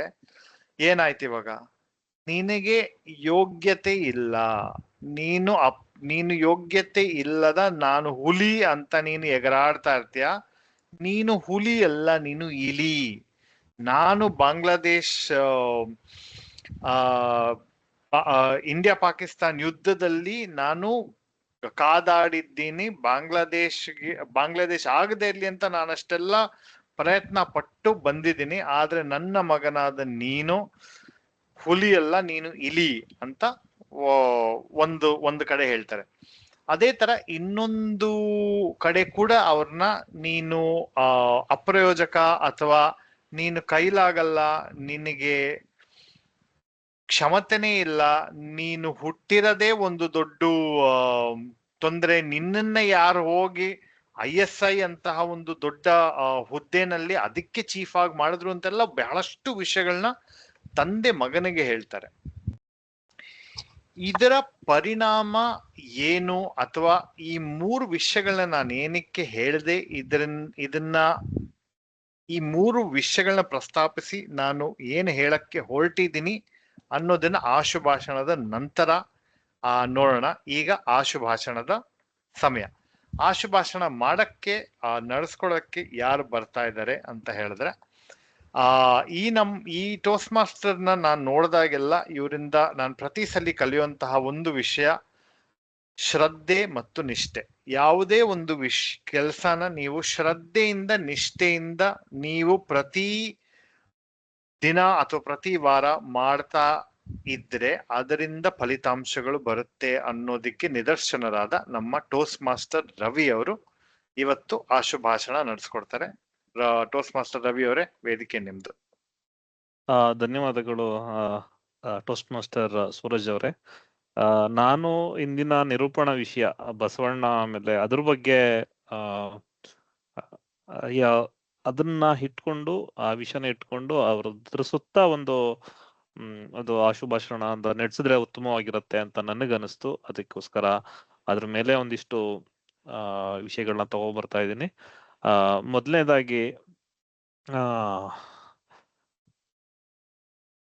ಬಸವಣ್ಣ ಅವರು ತಮ್ಗೆಲ್ಲ ಗೊತ್ತಿರೋಂತ ಒಬ್ರು 12ನೇ ಶತಮಾನದಲ್ಲೇ ಒಬ್ಬ ಸಮಾಜ ಸುಧಾರಕರು, ಒಬ್ರು ದಾರ್ಶನಿಕರು, ಒಬ್ರು ಮಹಾನ್ ಮಾನವತಾವಾದಿ ಅಂತ ನಮ್ಗೆಲ್ಲ ಗೊತ್ತಿದೆ.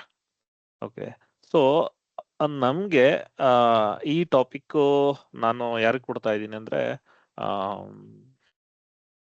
ರಾಘವೇಂದ್ರ ಅವ್ರಿಗೆ ಕೊಡ್ತಾ ಇದ್ದೀನಿ. ಈ ಏನಂದ್ರೆ ಬಸವಣ್ಣವರ ತತ್ವ ಆದರ್ಶಗಳನ್ನ ನಮ್ಮ ಸಮಾಜ ಇನ್ನೂ ಸರಿಯಾಗಿ ಅಳವಡಿಸ್ಕೊಂಡಿಲ್ಲ. ಓಕೆ, ಯಾಕೆ ಅಂತ ನಿಮ್ಗನ್ಸುತ್ತೆ ರಾಘವೇಂದ್ರ ಅವರೇ? ಸೊ ನಾನು ಟೈಮರ್ ಮಾಡ್ಲಾ ಅಥವಾ? ಆಯ್ತು, ಥ್ಯಾಂಕ್ಸ್ ರವಿಕುಮಾರ್ ಅವರೇ. ಮಾಡಿ, ಟೈಮರ್ ಮಾಡಿ. ನಾನು ಭಾಷಣ ಶುರು ಮಾಡ್ಕೊತೀನಿ. ಶುರು ಮಾಡ್ಬೋದಾ? ಒಂದ್ ನಿಮಿಷ ನಾನು 1 ಸೆಕೆಂಡ್ ಟೈಮ್ ಕೊಡಿ. ಅದು ವಿಷಯ ನಿಮ್ಗೆ ಗೊತ್ತಾಯ್ತಲ್ಲ ರಾಘವೇಂದ್ರ ಅವರೇ? 1 ನಿಮಿಷ. ಬಸವಣ್ಣ ಅವರ ಮೌಲ್ಯಗಳನ್ನ ನಾವು ಇವತ್ತು ಅಳವಡಿಸ್ಕೊಂಡಿಲ್ಲ, ಇನ್ನೂ ಸಮಾಜ ಅಳಿಸ್ಕೊಂಡಿಲ್ಲ, ಏನಕ್ಕೆ ಅಂತ ಶುರು ಮಾಡ್ಬೋದು ನೀವು. ಓಕೆ, ಧನ್ಯವಾದಗಳು. ಸೊ ನೀವ್ ಹೇಳಿದ್ದು ಖಂಡಿತ ನಿಜ. ಬಸವಣ್ಣ ಅವರ ಉದ್ದೇಶ 12ನೇ ಶತಮಾನದಲ್ಲಿ ಅವರು ಇಂಥ ಒಂದು ಕೆಲಸಕ್ಕೆ ಕೈ ಹಾಕಿ ಬಹಳ ದೊಡ್ಡ ಕೆಲಸ ಮಾಡಿದ್ರು. ಯಾಕೆಂದ್ರೆ ಇದು ಅಂತಿಂತ ಕೆಲಸ ಅಲ್ಲ. ಅವ್ರು ಮಾಡಿದ್ದು ಒಂಥರ ಸಮಾಜ ಸುಧಾರಣೆ. ಅದು ಆಗಿನ ಕಾಲದಲ್ಲೇ ಆ ರೀತಿ ಯೋಚನೆ ಮಾಡಿದ್ರು ಅಂದ್ರೆ ನಿಜವಾಗ್ಲೂ ಗ್ರೇಟ್. ಅವರು ಮಾಡಿದ ಉದ್ದೇಶ ಏನಪ್ಪಾ ಅಂತ ಹೇಳಿದ್ರೆ, ದೇವರು ಒಬ್ಬನೇ ಇರಬೇಕು. ಹಾಗೆಲ್ಲ ತುಂಬಾ ನೀವು ಆಗ್ಲೇ ಒಂದು ಕತೆ ಹೇಳಿದಾಗೆ, ಅದು ದೇವರು ಎಷ್ಟೊಂದು ದೇವರುಗಳನ್ನ ಪೂಜೆ ಮಾಡೋ ಬದಲು ಒಂದ್ ದೇವ್ರಿಗೆ ಪೂಜೆ ಮಾಡಿದ್ರೆ ಸಾಕಾಗತ್ತೆ ಅಂತೇಳಿ ಇದ್ ಮಾಡಿದ್ರು. ಅದ್ರ ಜೊತೆಗೆ ವಚನ ಸಾಹಿತ್ಯ ಅನ್ನೋ ಒಂದು ಸಾಹಿತ್ಯ ಪ್ರಕಾರನೇ ತಂದ್ರು. ಅದು ಸಾಮಾನ್ಯ ಜನಗಳಿಗೆ ಅರ್ಥ ಆಗೋ ತರ. ಅಂದ್ರೆ ಅವರು ಎಲ್ಲಾ ಮೌಲ್ಯಗಳು ಆಗ ಸಂಸ್ಕೃತ ಅಥವಾ ಬೇರೆ ಭಾಷೆಗಳಲ್ಲಿ, ಒಳ್ಳೆ ಭಾಷೆಗಳಲ್ಲಿ ಇದ್ದಾಗ ಅದನ್ನ ಕನ್ನಡದಲ್ಲಿ ಜನಸಾಮಾನ್ಯರಿಗೆ ಅರ್ಥವಾಗೋ ತರ ತಂದು ಹೇಳಿದ್ರು. ಜನಗಳು ಅದನ್ನ ಅರ್ಥ ಮಾಡ್ಕೋತಿದ್ರು. ಆದ್ರೆ ಪ್ರಾಬ್ಲಮ್ ಏನಪ್ಪಾ ಅಂದ್ರೆ, ಆಗಿನ ಕಾಲದಲ್ಲಿ ಅವರು ಮಾಡಿದ ಕ್ರಾಂತಿ ಒಂದು ಜನಗಳಿಗೆ ಒಂದು ಇಂಪ್ಯಾಕ್ಟ್ ಮಾಡ್ತು, ತುಂಬಾ ಪರಿಣಾಮ ಬೀರುವಂತ ಕ್ರಾಂತಿ. ಹಾಗ್ ಮಾಡಿದಾಗ ಜನಗಳು ಏನ್ ಮಾಡಿದ್ರು, ಅದನ್ನ ಆಗ ಶುರು ಮಾಡ್ಕೊಂಡ್ರು. ಅವ್ರನ್ನ ಅನುಯಾಯಿಯಾಗಿ ಫಾಲೋ ಮಾಡ್ತಾ, ಅವ್ರನ್ನ ಫಾಲೋವರ್ ಆಗಿ ಫಾಲೋ ಮಾಡ್ತಾ ಜನಗಳು ಅವರ ತತ್ವಗಳನ್ನ, ಮೌಲ್ಯಗಳನ್ನ ಅಳವಡಿಸ್ಕೊಳಕ್ ಶುರು ಮಾಡಿದ್ರು. ಆದ್ರೆ ಅದ್ ಮುಂದೆ ಹೋಗ್ತಾ ಹೋಗ್ತಾ ಏನಾಯ್ತಪ್ಪ ಅಂತ ಹೇಳಿದ್ರೆ, ಅದು ಒಂದು ಜಾತಿನೇ ಸೃಷ್ಟಿ ಮಾಡ್ಬಿಟ್ರು. ಈಗ ಅವರು ಮಾಡಿದ ಉದ್ದೇಶ ಧರ್ಮ ಅಂತ ಶುರು ಮಾಡಿ, ಅದು ಒಂದೇ ಧರ್ಮ, ಜನರು ಎಲ್ಲ ಫಾಲೋ ಮಾಡಬೇಕು, ಮೌಲ್ಯಗಳು ಫಾಲೋ ಮಾಡಬೇಕು ಅಂತ ಹೇಳಿ ಅವ್ರು ಮಾಡಿದ್ದನ್ನ ಅದನ್ನೇ ಒಂದು ಜಾತಿಯಾಗಿ ಮಾಡ್ಬಿಟ್ಟು ಇವತ್ತು ಅದರ ಮೌಲ್ಯಗಳಿಗೆ ಒಂಥರ ಮೌಲ್ಯನ ಕಡಿಮೆ ಮಾಡ್ಬಿಟ್ರು. ಮೌಲ್ಯಗಳಿಗಿರೋ ಮೌಲ್ಯನೇ ಕಡಿಮೆ ಮಾಡ್ಬಿಟ್ರು. ಹಂಗಾಗಿ ಆದ್ರೆ ಅವರು ಹೇಳಿದ ತತ್ವಜ್ಞಾನ ಏನಿದೆ ಅದು ಎಲ್ಲರಿಗೂ ಪ್ರಸ್ತುತ ಅಂತ ಹೇಳ್ತಾ ನನ್ನ ಭಾಷಣವನ್ನ ಮುಗಿಸ್ತಾ ಇದ್ದೀನಿ. ಧನ್ಯವಾದ. ಧನ್ಯವಾದಗಳು ರಾಘವೇಂದ್ರ ಅವರೇ. ಹೌದು, ನೀವ್ ಹೇಳ್ದಂಗೆ ಅವರು ಒಂದು ಜಾತಿ ಇಲ್ಲದ ಒಂದು ಸಮಾಜವನ್ನ, ಸಮಾನ ಸಮಾಜವನ್ನ ಸೃಷ್ಟಿ ಮಾಡಬೇಕು ಎಂಬುದು ಅವರ ಆಶಯವಾಗಿತ್ತು. ಅವರು ಹೌದು, ಇಷ್ಟೊಂದು ಅವರು ಇಷ್ಟಲಿಂಗ ಪೂಜೆನ ಏನಕ್ಕೆ ತಗೊಬಂದ್ರು, ಆಮೇಲೆ ನಾವು ಬಲಗೈ ಶ್ರೇಷ್ಠ ಎಡಗೈ ಶ್ರೇಷ್ಠ ಅಲ್ಲ ಅಂತ ಹೇಳ್ತೀವಿ. ಅದಕ್ಕೆ ಅವರು ಎರಡೂನು ಸಮಾನನೇ ಅಂತ ಹೇಳಿ, ಅದಕ್ಕೆ ಎಡಗೈಲೇ ಇಷ್ಟಲಿಂಗ ಇಟ್ಕೊಂಡು ಪೂಜೆ ಮಾಡಿ ಅಂತ ಅವರು ಅಂತ ಒಂದು ಕೆಲಸನ ಮಾಡಿದ್ರು. ಅದನ್ನ ಏನ್ ತೋರಿಸುತ್ತೆ ಅಂದ್ರೆ, ಎಡಗೈನೂ ಸಹ ಬಲಗೈ ಅಷ್ಟೇನೆ ಶ್ರೇಷ್ಠ. ಆಮೇಲೆ ಎಲ್ಲ ಅವ್ರ ವಚನಗಳಲ್ಲೇ ಸಾಕಷ್ಟಿದೆ. ನಮ್ ಕಾಲಯ ಕಂಬ ದೇಹವೇ ದೇಗುಲ ಅಂತ ಅದೊಂದು ವಚನದಲ್ಲಿ, ನಾವು ಹೊರಗಡೆ ದೇವ್ರನ್ನ ಹುಡ್ಕೊಳ್ಳೋ ಬದಲು ನಮ್ಮ ಒಳಗಡೆ ಇರೋ ದೇವ್ರನ್ನೇ ಆರಾಧಿಸೋಣ ಅನ್ನೋ ಅವ್ರದ್ದು ಒಂದು ಬಲವಾದ ನಂಬಿಕೆ ಆಗಿತ್ತು. ಅದರಲ್ಲಿ ನಾವು ವಚನಗಳಲ್ಲಿ ಅದನ್ನ ನಾವು ಕಾಣಬಹುದಾಗಿದೆ. ಇಷ್ಟ ಹೇಳ್ತಾ ಮುಂದಿನ ಒಂದು ವಿಷಯನ ಯಾರು ಕೊಡೋಣ? ವಿನಯ್ ಕುಮಾರ್ ಅವರೇ, ನಮಸ್ಕಾರ, ಹೇಳಿ. ನೀವು Try ಒಂದು ಮಾಡ್ತೇನೆ. ತಗೋತೀರಾ? ಟ್ರೈ. ಓಕೆ. ಇವಾಗ ಕರ್ನಾಟಕ ಸರ್ಕಾರ ಇತ್ತೀಚೆಗೆ ಒಂದು ಬಸವಣ್ಣವ್ರನ್ನ ಒಬ್ರು ಸಾಂಸ್ಕೃತಿಕ ನಾಯಕ ಅಂತ ಒಂದು ಘೋಷಣೆ ಮಾಡ್ತು. ಇದು ಮಾಡೋದ್ರಿಂದ ಇದ್ರಿಂದ ಏನಾದ್ರೂ ಬದಲಾವಣೆ ಆಗುತ್ತಾ, ಉಪಯೋಗ ಆಗಿದ್ಯಾ ಅಂತ ನಿಮ್ಗೆ ಅನ್ಸುತ್ತಾ?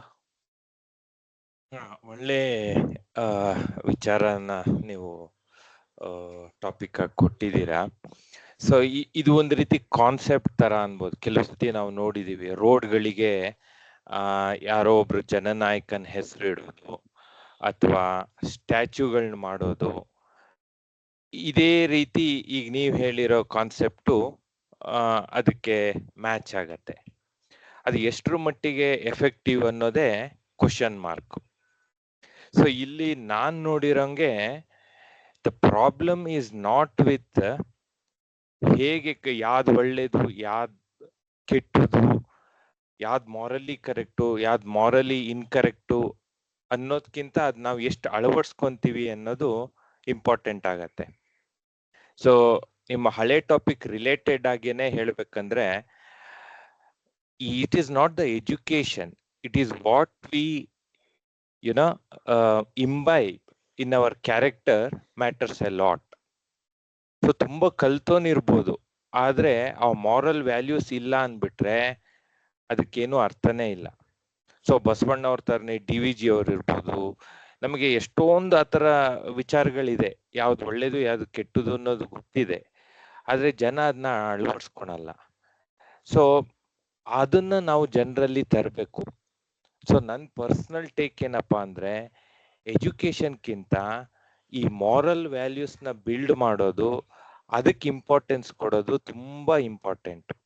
ರೆದರ್ ದ್ಯಾನ್ ಗೋಯಿಂಗ್ ಫಾರ್ ಯಾರನ್ನೋ ಒಬ್ರು ಸಾಂಸ್ಕೃತಿಕ ನಾಯಕ ಅಂತರ ಬಿಂಬಿಸೋದು, ಅಥವಾ ಅವ್ರ ಎದುರಲ್ಲಿ ಏನೋ ಒಂದು ಬಸ್ ಸ್ಟ್ಯಾಂಡ್ ಹೆಸರು ಇಡೋದು. ಅಫ್ಕೋರ್ಸ್ ಅದು ಒಂದ್ ಲೆವೆಲ್ ಅಲ್ಲಿ ಕೇಳ್ತಾರ ಮಕ್ಳು, ಯಾಕ ಹೆಸರು ಬಂತು, ಏನಾದ್ರೆ ಹಿನ್ನೆಲೆ, ಈ ರೀತಿ ವಿಚಾರಗಳು ತಿಳಿಸೋದು ಒಳ್ಳೇದೇ. ಬಟ್ ಅದಕ್ಕಿಂತ ಮುಖ್ಯವಾಗಿ ನಾವು ನೆಕ್ಸ್ಟ್ ಜನರೇಷನ್ನಿಗೆ ಈ ಮಾರಲ್ ವ್ಯಾಲ್ಯೂಸ್ ಬಿಲ್ಡ್ ಮಾಡ್ಬೇಕಂದ್ರೆ ಈ ರೀತಿ ಆ ಕತೆಗಳನ್ನ ಅಥವಾ ಅದಕ್ಕೆ ಸಂಬಂಧಿಸಿದ ವಿಚಾರಗಳಿಗೆ ಜಾಸ್ತಿ ಮಹತ್ವ ಕೊಡಬೇಕು, rather than just giving importance to the intelligence ಅಂತ. ಇಷ್ಟ ಹೇಳ್ತಾ ನನ್ನ ಭಾಷಣ ಮುಗಿಸ್ತೇನೆ. ಧನ್ಯವಾದಗಳು ವಿನಯ್ ಅವರೇ. ತುಂಬಾ ಸೊಗಸಾಗಿ ಅಂದ್ರೆ ಇದಕ್ಕೆ ಸೂಕ್ತವಾಗಿ ನೀವು ಮಾತಾಡಿದ್ರಿ. ಹೌದು, ನಾನು ಹೀಗೆ ಮೊನ್ನೆ ಎಲ್ಲ ಒಂದು ರಿಜಿಸ್ಟ್ರೇಷನ್ ಆಫೀಸ್ಗೆ ಹೋಗಿದಾಗ ಬಸವಣ್ಣ ಅವ್ರ ಜೊತೆ ಅಂಬೇಡ್ಕರ್ ಫೋಟೋ ಜೊತೆ ರಿಜಿಸ್ಟ್ರೇಷನ್ ಆಫೀಸಲ್ಲಿ ಬಸವಣ್ಣ ಅವ್ರಿಗೂ ಫೋಟೋ ಅವ್ರಿಗೊಂದು ಹಾರ ಹಾಕಿದ್ರು.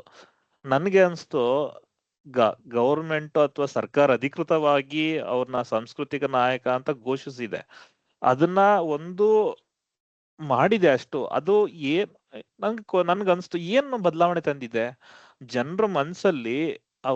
ಅವ್ರ ಆದರ್ಶಗಳು, ಅವರ ತತ್ವ ಸಿದ್ಧಾಂತಗಳು, ಅವ್ರಗಳನ್ನೆಲ್ಲ ರೂಢಿಸ್ಕೊಳ್ಬೇಕು, ಮೈಗೂಡಿಸ್ಕೊಳ್ಬೇಕು. ಅವರು ಆ ರೀತಿ ಬದುಕಿದ್ರೆ, ಆ ರೀತಿ ಜೀವಿಸಿದ್ರೆ ಅವ್ರಿಗೆ ಒಂದು ಮರ್ಯಾದೆನೋ ಅವ್ರಿಗೊಂದು ಕೊಟ್ಟಂಗಾಗತ್ತೆ.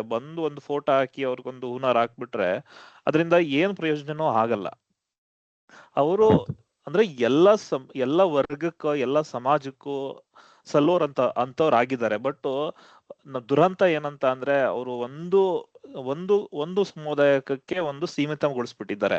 ಅದು ಆಗ್ಬಾರ್ದು. ಅದು ಮುಂದೆ ಆದ್ರೂ ಬಸವಣ್ಣ ಅಂತ ದೊಡ್ಡ ದಾರ್ಶನಿಕರ ಅವರ ಮಾನವತಾವಾದಿ ಅವರ ಆಶಯ, ಅವ್ರ ಮೌಲ್ಯಗಳನ್ನ ಅಳವಡಿಸ್ಕೊಂಡು ನಾವು ಮುಂದೆ ಬದುಕೋಣ, 4 ಜನರಿಗೆ ತಿಳಿಸೋಣ ಅಂತ. ಮುಂದಿನ ಟಾಪಿಕ್ ಯಾರು ಕೊಡೋಣ?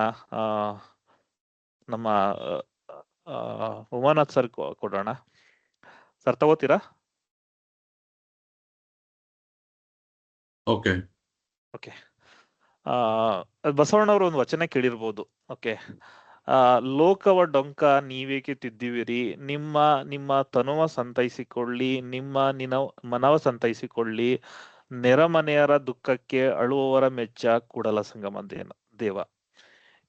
ಇನ್ನೊಂದ್ಸರಿ ಹೇಳ ಸರ್ ಇದನ್ನು. ಅಲ್ಲ, ಅರ್ಥ ಆಯ್ತು ನನ್ಗೆ. ವಚನ ಗೊತ್ತಾಗ್ಲಿಲ್ಲ, ಒಂದು ಅರ್ಥ ಕ್ಲಿಯರ್ ಆಯ್ತು. ಸಾರಿ. ಈ ವಚನದಲ್ಲಿ ಬಸವಣ್ಣ ಏನನ್ನ ಹೇಳ್ಕೊಟ್ಟಿದ್ದಾರೆ ಅಂತ ನೀವು ಅನ್ಸುತ್ತೆ ಸರ್ ನಿಮ್ಗೆ?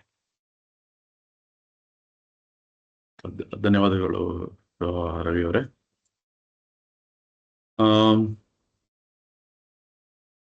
ಈ ವಚನವನ್ನ ನಾನು ಕೇಳಿದಾಗ ನನಗೆ ಒಂದು ಕತೆ ನೆನಪಾಗ್ತದೆ. ಕತೆ ಅಂದ್ರೆ ಒಂದು ಬೌದ್ಧ ಭಿಕ್ಷುವಿನ ಕತೆ. ಆತ ಆ ಕಥೆನಲ್ಲಿ ಏನ್ ಹೇಳ್ತಾರಂದ್ರೆ, ಒಬ್ಬ ಸಮಾಜದಲ್ಲಿ ಏನೋ ಒಂದು ಬದಲಾವಣೆ ಮಾಡ್ಬೇಕಾದ್ರೆ ಅವನು ಮೊದಲು ಜಗವನ್ನ ತಿದ್ದಲಿಕ್ಕೆ ಹೊರಡ್ತಾನಂತೆ. ಜಗವನ್ನು ತಿದ್ದಲಿಕ್ಕೆ ಹೊರಟಾಗ ಅಲ್ಲಿ ಅದರಿಂದ ಯಾವುದೇ ಒಂದು ಎಫೆಕ್ಟ್ ಆಗೋದಿಲ್ಲ. ಮತ್ತೆ ಹಿಂತಿರುಗಿ ಬಂದು ನಮ್ಮ ದೇಶವನ್ನ ಬದಲಾಯಿಸ್ಬೇಕು ಅಂತ ಹೊರಡ್ತಾನೆ. ಆ ದೇಶ ಬದಲಾಯಿಸ್ಲಿಕ್ಕೆ ಹೊರಟಾದ್ರೂ ಅವನಿಗೆ ಅದರಲ್ಲಿ ಯಶಸ್ಸು ಸಿಗೋದಿಲ್ಲ. ಆಮೇಲೆ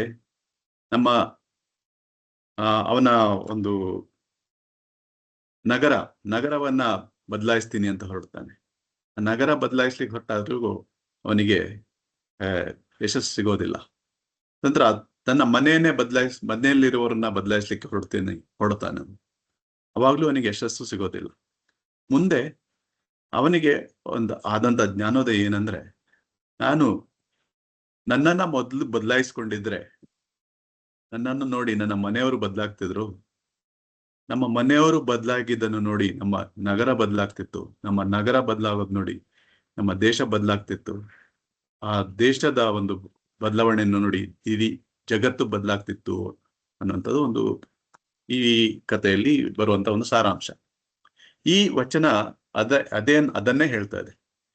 ನಾವು ಜಗತ್ತಿನ ಡೊಂಕನ್ನ ತಿದ್ದಲಿಕ್ಕೆ ಹೊರಟ್ರೆ ಅದರಿಂದ ಯಾವುದೇ ಉಪಯೋಗ ಆಗೋದಿಲ್ಲ. ಅದರ ಬದಲು ನಮ್ಮನ್ನ ನಾವು ತಿದ್ದಿಕೊಂಡ್ರೆ, ಪ್ರತಿಯೊಬ್ಬನು ಇದೇ ರೀತಿಯಲ್ಲಿ ಚಿಂತಿಸಿದ್ರೆ, ಪ್ರತಿಯೊಬ್ಬನಲ್ಲೂ ಒಂದು ಬದಲಾವಣೆ ಕಾಣ್ತದೆ.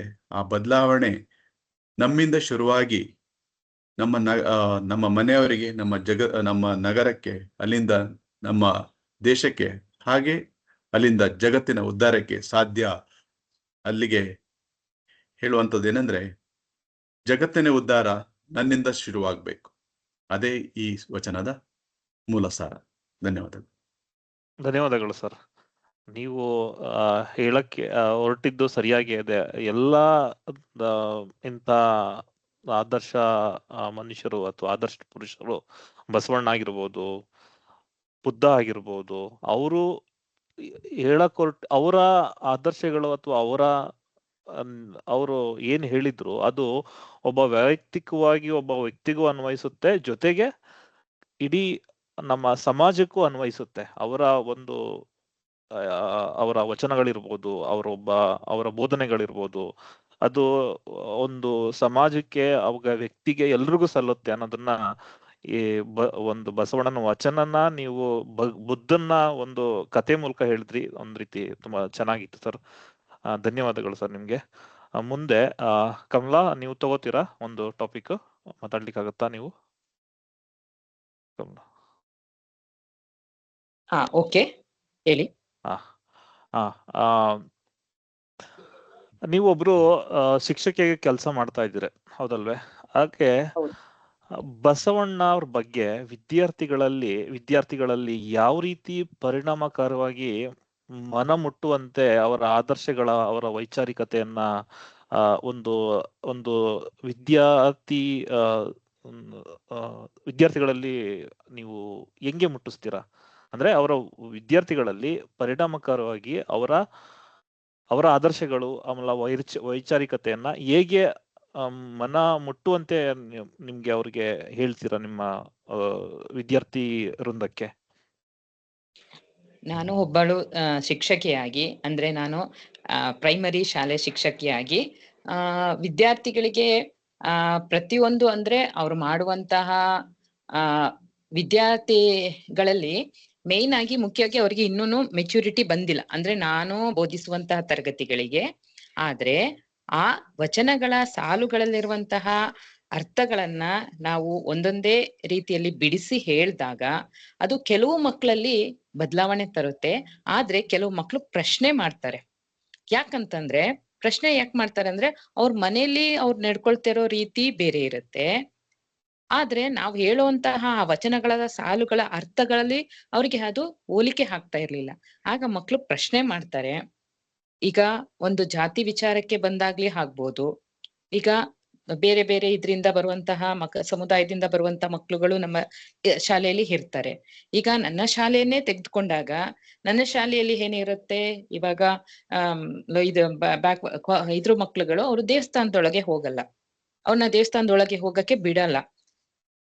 ಬೇರೆಯವರು ಎಜುಕೇಟೆಡ್ ಹೋಗಿರ್ತಾರೆ, ಆದ್ರೆ ಅವರು ಅದೇ ಊರಲ್ಲಿ ಇದ್ಕೊಂಡು ದೇವಸ್ಥಾನದೊಳಗಡೆ ಹೋಗಕ್ಕೆ ಬಿಡಲ್ಲ. ಆಗ ಮಕ್ಕಳು ನನ್ಗೆ ಪ್ರಶ್ನೆ ಮಾಡ್ತಾರೆ, ನಾವು ದೇವಸ್ಥಾನದೊಳಗೆ ಹೋಗಕ್ಕೆ ಅಂದ್ರೆ ಅವ್ರಿಗೇನೆ ಹೋಗಕ್ಕೆ ಇಂಟ್ರೆಸ್ಟ್ ಇಲ್ಲ, ಅವ್ರಿಗೆ ಹೋಗಕ್ಕೆ ಅವರು ಇಷ್ಟ ಪಡಲ್ಲ, ಅವ್ರ ಪೇರೆಂಟ್ಸ್ ಕಳ್ಸಲ್ಲ. ಈ ರೀತಿಯಾದಂತ ಬಂದಾಗ ಇಲ್ಲಿ ವಚನಗಳು, ಬಸವಣ್ಣನವರ ವಚನಗಳನ್ನ ನಾವು ತಿಳಿಸಿ ಅದನ್ನ ಬಿಡಿಸಿ ಹೇಳಿದ್ರುನು ಆದ್ರೆ ಅಲ್ಲಿರುವಂತಹ ಸನ್ನಿವೇಶ, ಅಲ್ಲಿರುವಂತಹ ಪರಿಸ್ಥಿತಿ ಮಕ್ಳಿಗೆ ಇನ್ನೂ ಮನ ಮುಟ್ಟಲ್ಲ. ಆದ್ರೂ ಅಂದ್ರೆ ಪ್ರಶ್ನೆಗಳನ್ನ ಮಾಡ್ತಾರೆ, ಆದ್ರೆ ಇನ್ನೂ ವ್ಯವಸ್ಥೆ ಅದೇ ರೀತಿ ಇರೋದ್ರಿಂದ ಅವರಲ್ಲಿ ಬದಲಾವಣೆ ಆಗೋದು ಸ್ವಲ್ಪ ಮಟ್ಟಿಗೆ ಕಡಿಮೆ ಇರುತ್ತೆ. ಆದ್ರೆ ಅದೇ ಹೈಸ್ಕೂಲ್ ಲೆವೆಲ್ ಅಲ್ಲಿ ಆದಾಗ ಪ್ರಶ್ನೆಗಳನ್ನ ಮಕ್ಕಳು ಮಾಡ್ತಾರೆ, ಆವಾಗ ಅದ್ರ ಬಗ್ಗೆ ಚರ್ಚೆಯನ್ನ ಮಾಡ್ತಾರೆ. ಆದ್ರೂ ನಾವು ಈ ಬರೀ ಪೂಜೆ ಮಾಡೋ, ಬಸವಣ್ಣನವರ ಪೂಜೆ ಮಾಡೋ ವಿಚಾರಕ್ಕಾಗ್ಲಿ ಅಥವಾ ಅವರ ಜಯಂತಿಯನ್ನ ಆಚರಿಸೋ ವಿಚಾರಕ್ಕಾಗ್ಲಿ ಅದಷ್ಟಕ್ಕೆ ನಾವು ಸೀಮಿತಗೊಳಿಸ್ತೇನೆ. ನಮ್ಮ ಪಠ್ಯ ಅವಧಿಯಲ್ಲಿನೂ ನಾವು ಅದನ್ನ ತಿದ್ದುವಂತ ಕೆಲ್ಸವನ್ನ ಆಗಾಗ ಮಾಡ್ತಾ ಇದ್ದೀವಿ. ಆದ್ರೆ ಅಷ್ಟು ಮಟ್ಟಿಗೆ ಅದು ಪರಿಣಾಮಕಾರಿಯಾಗಿ ಅದು ಫಲಿತಾಂಶ ಸಿಗ್ತಾ ಇಲ್ಲ ಅನ್ನೋದು ನನ್ನ ಅಭಿಪ್ರಾಯ ಆಗಿದೆ. ಆದ್ರೂ ನಾವು ಶಿಕ್ಷಕಿ ಅಂದ್ರೆ ಈಗ ನಾವು ಶಿಕ್ಷಕಿಯಾಗಿಯೇ ಒಬ್ಳೆ ಅಂತಲ್ಲ, ಅಲ್ಲಿರುವಂತ ಇತರ ಶಿಕ್ಷಕರು ಸಹ ಏನಾಗಿರ್ಬೇಕು, ಅದೇ ರೀತಿಯಾದಂತ ಮನೋಭಾವನೆಯನ್ನ ಹೊಂದಿರ್ಬೇಕು. ಆದ್ರೆ ಇನ್ನು ಸಮಾಜ ಈ ಜಾತಿ ಇದರಿಂದ ಇನ್ನು ಹೊರ ಬಂದಿಲ್ಲ. ನಾನು ಒಬ್ಬ ಗ್ರಾಮೀಣ ಭಾಗದಲ್ಲಿ ಶಿಕ್ಷಕಿಯಾಗಿ ಕೆಲಸ ಮಾಡ್ತಾ ಇರೋದ್ರಿಂದ ನನ್ಗೆ ಅದ್ರದ್ದು ತುಂಬಾ ಅನುಭವ ಆಗಿದೆ. ಆದ್ರೆ ಸಮಾಜದಲ್ಲಿ ಇನ್ನೂ ಅದು ಬದಲಾವಣೆ ಆಗ್ಬೇಕಾಗಿದೆ. ಆ ತಿದ್ದುವಂತ ಕೆಲ್ಸವನ್ನ ನಾವು ಮಾಡ್ತಾ ಇದ್ರುನು ಅಲ್ಲಿ ಅವರ ಅಂದ್ರೆ ಪೇರೆಂಟ್ಸ್ ಗಳ ಮನೋಭಾವನೆ ಇನ್ನೂ ಬದಲಾಗಿಲ್ಲ ಅನ್ನೋದು ನನ್ನ ಅಭಿಪ್ರಾಯ ಆಗಿದೆ. ಧನ್ಯವಾದಗಳು. ಧನ್ಯವಾದಗಳು ಕಮಲ್ ಅವರೇ. ನೀವು ಶಿಕ್ಷಕಿ ಆಗೋದ್ರಿಂದ ನಿಮ್ಗೆ ಮಾತಿನ ಕಲೆ ಹೇಳ್ಕೊಡೋದ್ ಬೇಕಾಗಿಲ್ಲ, ತುಂಬಾ ಚೆನ್ನಾಗಿ ಮಾತಾಡಿದ್ರಿ. ಹೌದು, ನಾವು ಮುಖ್ಯವಾಗಿ ಮಕ್ಕಳಲ್ಲಿ ಅವರು ಕಾಯಕವೇ ಕೈಲಾಸ ಅನ್ನೋ ತತ್ವ ಇರ್ಬೋದು, ಆಮೇಲೆ ಎಲ್ಲರೂ ಸಮಾನರು ಅನ್ನೋ ತತ್ವ ಇರ್ಬೋದು, ಅದನ್ನೆಲ್ಲ ಅವ್ರಿಗೆ ಹೌದು ಆಗಿನ ಪ್ರಾಥಮಿಕ ಹಂತದಲ್ಲಿ ಅವ್ರಿಗೆಲ್ಲ ಅರ್ಥ ಆಗಲ್ಲ, ಅದನ್ನೆಲ್ಲ ಅವ್ರಿಗೆ ತಿಳ್ಕೊಳಕ್ ಆಗಲ್ಲ. ಆದ್ರೂ ಸಹ ಅಲ್ಲಿ ಅವ್ರಿಗೆ ಕೆಲವು ಮೂಢನಂಬಿಕೆಗಳು ಏನಿವೆ ಅವನ್ನೆಲ್ಲ ಹೋಗ್ಲಾಡ್ಸಕ್ಕೆ, ಆಮೇಲೆ ವೈಚಾರಿಕ ಚಿಂತನೆ ಸಣ್ಣ ಪುಟ್ಟದ್ದು ಅವನ್ನೆಲ್ಲ ಅವರಲ್ಲಿ ಅಂದ್ರೆ ಒಂದು ಗಿಡದ ತರ ಅವರು ಒಂದು ಮೊಳಕೆ ಬರ್ತಾ ಇದೆ, ಅಂದ್ರೆ ಗಿಡ ಸಣ್ಣದಾಗಿ ಬೆಳೀತಾ ಇದೆ. ಆವಾಗ್ಲೇ ಇಂಥದನ್ನೆಲ್ಲ ಒಂದ್ ರೀತಿ ತಿದ್ದೋದು, ಒಂದ್ ರೀತಿ ಈ ತರ ಯೋಚನೆಗಳನ್ನೆಲ್ಲ ಅವ್ರ ತಮ್ಮ ಮನಸ್ಸಲ್ಲಿ ಮುಟ್ಸೋದು ಶಿಕ್ಷಕಿಯಾಗಿ ಮಾಡ್ಬೇಕಾಗಿರೋ ಕರ್ತವ್ಯ ಆಗಿರುತ್ತೆ. ಅದನ್ನ ಮಾಡಿ ಈ ತರನೇ ಮಾಡ್ತಾರಿ ಅಂತ ಹೇಳ್ತಾ ಮುಂದೆ ಮೋಹನ್ ಮೂರ್ತಿ ಅವರೇ, ನೀವು ತಗೋತೀರಾ ಒಂದು ಟಾಪಿಕ್? ಶೋರ್ ಕೊಡಿ.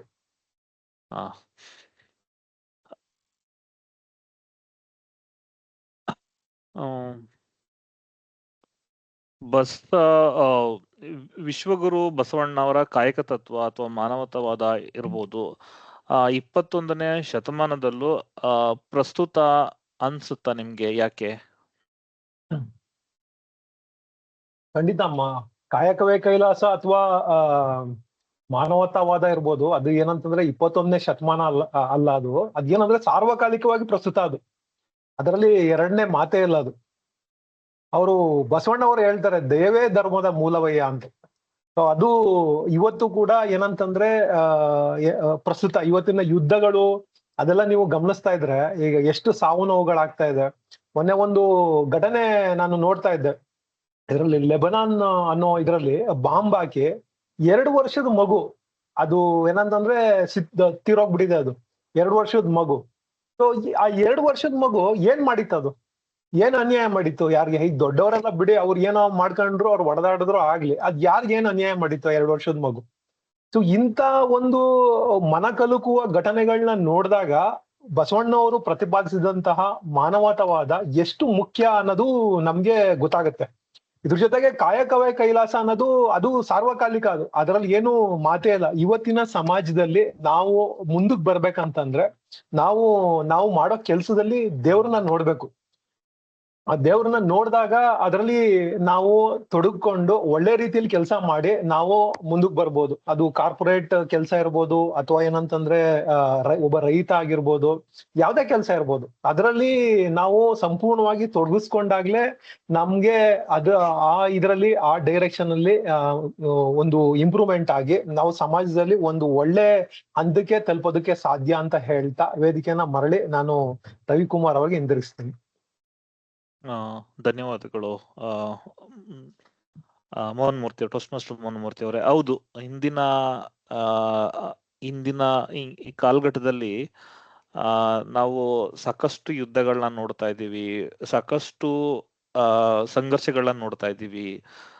ಇದು ಇಂಥ ದಾರ್ಶನಿಕರು ಅಥವಾ ಇಂಥ ಮಾನವತಾವಾದಿಗಳು ಯಾವ ರೀತಿ ಹೇಳಿದ್ರು, ಮನುಷ್ಯತ್ವಕ್ಕೆ, ಮಾನವೀಯತೆಗೆ ಎಷ್ಟು ಬೆಲೆ ಕೊಟ್ರು, ಅದನ್ನ ನಾವು ಇಂದು ಸಹ ನಾವು ಎಷ್ಟೇ ಆಧುನಿಕವಾಗಿ ಮುಂದುವರೆದ್ರು ಸಹ ನಾವು ಅಳವಡಿಸ್ಕೊಂಡಿಲ್ಲ.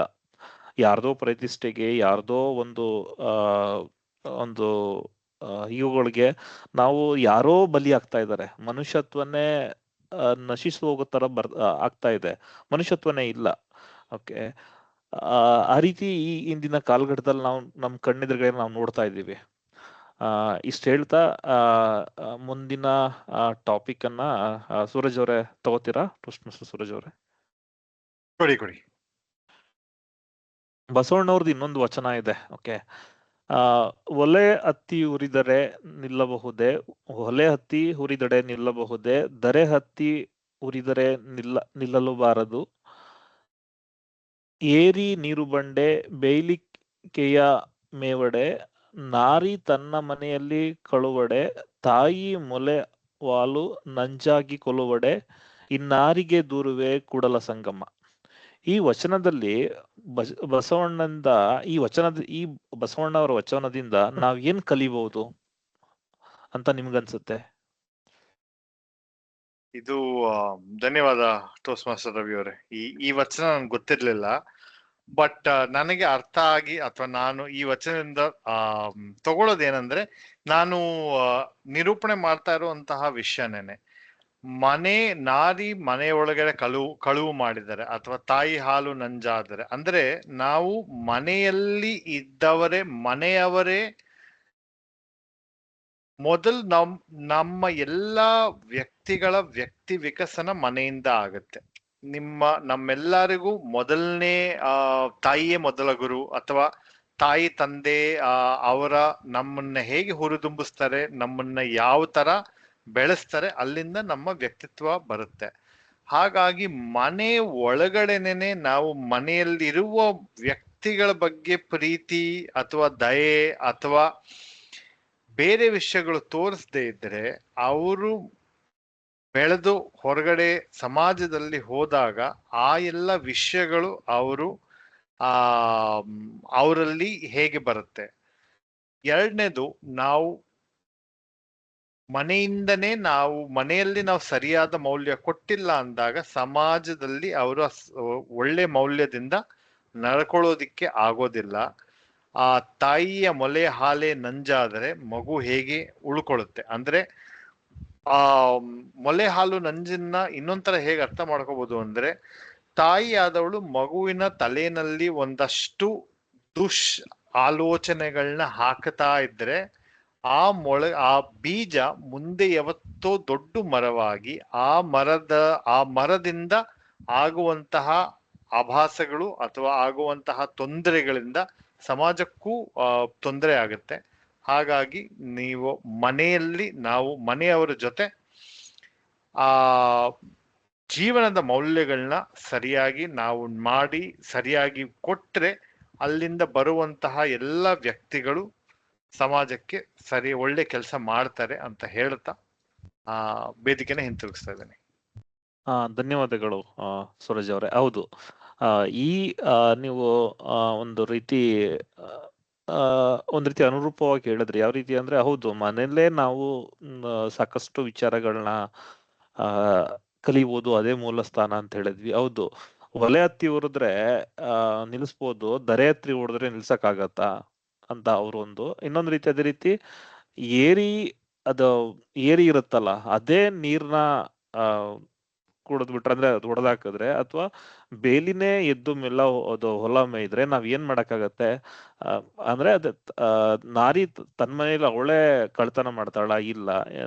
ತಾಯಿ ಮೊಲೆನೇ ಅಂದದ್ ಮೊಲೆ ಹಾಲೆ ನಂಜಾಗತ್ತಾ? ಇಲ್ಲ. ಹಿಂಗೆಲ್ಲ ಆದ್ರೆ ಯಾರಿಗ್ ನಾವ್ ಇದನ್ನೆಲ್ಲ ದೂರದು ಅನ್ನೋಂತನ ಹೇಳಕ್ ಹೊರಟಿದ್ದಾರೆ. ಸೊ ಈ ರೀತಿ ಪ್ರತಿಯೊಂದ್ರಲ್ಲೂ ನಮ್ಗೆ ಒಂದಿಷ್ಟು ಕಲಿಯಕ್ಕೆ ಅಥವಾ ನಾವು ನಮ್ಮ ಬೆಳೀಲಿಕ್ಕೆ ನಮ್ಗೆ ತುಂಬಾ ಸಾಧ್ಯತೆಗಳಿದೆ. ಅದು ನಾವು ತುಂಬಾ ಕಲಿಬಹುದು ಈ ಬಸವಣ್ಣರ ವಚನಗಳಿಂದ. ಪ್ರತಿಯೊಂದು ವಚನಗಳನ್ನು ಕಲಿಬೇಕಾದ್ರೆ, ಆಮೇಲೆ ಅದ್ರ ಅರ್ಥಗಳನ್ನ ತಿಳ್ಕೊಳ್ಬೇಕಾದ್ರೆ ತುಂಬಾ ವಿಚಾರಗಳಿದೆ ಅದ್ ನಾವು ತಿಳ್ಕೊಳ್ಬೇಕಾಗಿರೋದು. ಒಂದು ಯಾವ ರೀತಿ ಒಂದು ರೂಪಕವಾಗೋ, ಇನ್ನೊಂದು ರೀತಿ ಬೇರೆ ರೀತಿಲಿ ತುಂಬಾ ರೀತಿ ನಾವು ವಚನಗಳನ್ನ ನಾವು ಗ್ರಹಿಸ್ಬೋದು. ಸೊ ಎಲ್ರೂ ಬಸವಣ್ಣ ವಚನಗಳನ್ನ ಓದಿ ಅಂತ ಹೇಳ್ತಾ, ನಾನು ಎಲ್ಲಾ ವಚನಗಳನ್ನು ಓದಿಲ್ಲ. ಸಮಯ ಬಂದಾಗ, ಅವಕಾಶ ಸಿಕ್ತಾಗ ಓದ್ಲಿಕ್ಕೆ ಟ್ರೈ ಮಾಡ್ತೀನಿ. ಪ್ರತಿಯೊಂದು ವಚನಗಳಲ್ಲೂ ಓದದಾಗ್ಲು, ಆಮೇಲೆ ಕೆಲವರು ಪ್ರತಿಯೊಂದು ವಿಚಾರಗಳನ್ನ ತಿಳ್ಕೊಳ್ಬೇಕಾದ್ರೆ ಆ ವ್ಯಕ್ತಿ ಹಿಂಗಿದ್ರ 12ನೇ ಶತಮಾನದಲ್ಲಿ ಇಂಥ ಒಂದು ಆತರ ಒಂಥರ ಕ್ರಾಂತಿಕಾರಿ ಯೋಚನೆಗಳನ್ನ ಮಾಡಿದ್ರ ಹೆಂಗಿದ್ರು, ಹಿಂಗ್ ಸಾಧ್ಯ ಆಗತ್ತಾ? ಈ ಸಮಾಜದಲ್ಲಿ ಆಗಾಗ ಇಂಥ ಸುಧಾರಣೆಕಾರರು ಉಟ್ಕೊಳ್ಳಿಲ್ಲ ಅಂದ್ರೆ ಸಮಾಜ ಯಾವ ಹಂತಕ್ಕೆ ಹೋಗುತ್ತೆ ಅಂತ ನನ್ನ ಕೆಲವು ಬಾರಿ ಕಾಡ್ತಾ ಇರುತ್ತೆ. ಇಷ್ಟು ಹೇಳ್ತಾ ಸಭೆನ ಮುಂದುವರ್ಸ್ಕೊಂಡು ಹೋಗ್ಲಿಕ್ಕೆ ನಮ್ಮ ನಿರೂಪಕರಾದ ಸೂರಜ್ ಅವ್ರಿಗೆ ವೇದಿಕೆಯನ್ನು ಹೊರಳಿ ನೀಡ್ತಾ ಇದ್ದೇನೆ. ವೇದಿಕೆ ನಿಮ್ದು, ಟೋಸ್ಟ್ ಮಾಸ್ಟರ್ ಸೂರಜ್ ಅವರೇ. ಧನ್ಯವಾದ ಟೋಸ್ಟ್ ಮಾಸ್ಟರ್ ರವಿ ಅವರೇ. ಈ ಸಭೆಯ ಕೊನೆಯ ಭಾಗದಲ್ಲಿ ನಾನು ಶುರು ಮಾಡಿದಾಗ ಬಸವಣ್ಣನವರ ಒಂದು ವಚನ ಹೇಳಿದೆ, ನೋಡಿದರೆ ಮುತ್ತಿನ ಹಾರದಂತಿರಬೇಕು. ಅಲ್ಲಿಂದ ಶಾಪ ಚಿತ್ರದಲ್ಲಿ ಇರುವಂತಹ ರಮೇಶ್ ಅರವಿಂದ್ ಅವರ ಪಾತ್ರ, ಮತ್ತೆ ತಂದೆ ಹೇಗೆ ತೆಗಳಿ ಮಗುವಿನಲ್ಲಿ ಇನ್ಫೀರಿಯಾರಿಟಿ ಕಾಂಪ್ಲೆಕ್ಸ್ ಅಥವಾ ಆ ಮಗುವಿಗೆ ತನ್ನ ಮೇಲೆ ಒಂದು ನಂಬಿಕೆ ಇಲ್ಲದಂತಹ ಒಂದು ಬೆಳವಣಿಗೆ ಆಗೋದಿಕ್ಕೆ ಕಾರಣರಾದ ತಂದೆ. ತದನಂತರ ಧುರಂಧರ್ ಚಿತ್ರದಲ್ಲಿ ಬ್ರಿಗೇಡಿಯರ್ ಜಹಾಂಗೀರ್ ಮತ್ತೆ ಮೇಜರ್ ಇಕ್ಬಾಲ್ ಅವರ ನಡುವೆ, ತಂದೆ ಮಗನ ನಡುವೆ ಇದ್ದಂತಹ ಒಂದು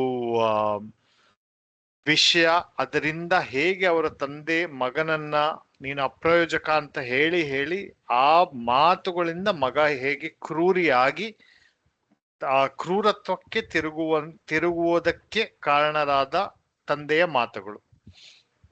ಸೊ ಏನ್ ಹೇಳೋದಕ್ಕೆ ನಾನು ಹೊರಟಿದ್ದೆ ಅಂತ ಹೇಳಿದ್ರೆ, ಬಸವಣ್ಣನವರು ಹೇಳಿರೋ ತರ ನಮ್ಮ ಮಾತುಗಳು ನಮ್ಮ ಮಕ್ಕಳಿಗೆ ಅಂತಲ್ಲ, ನಮ್ಮ ಜೊತೆ ಕೆಲಸ ಮಾಡೋರು ಇನ್ಯಾರಿಗೂ ನಿಮ್ಮ ಮಾತುಗಳು ಮಧುರವಾಗಿರ್ಲಿ, ನಿಮ್ಮ ಮಾತುಗಳು ಕ್ಲಿಯರ್ ಆಗಿರ್ಲಿ.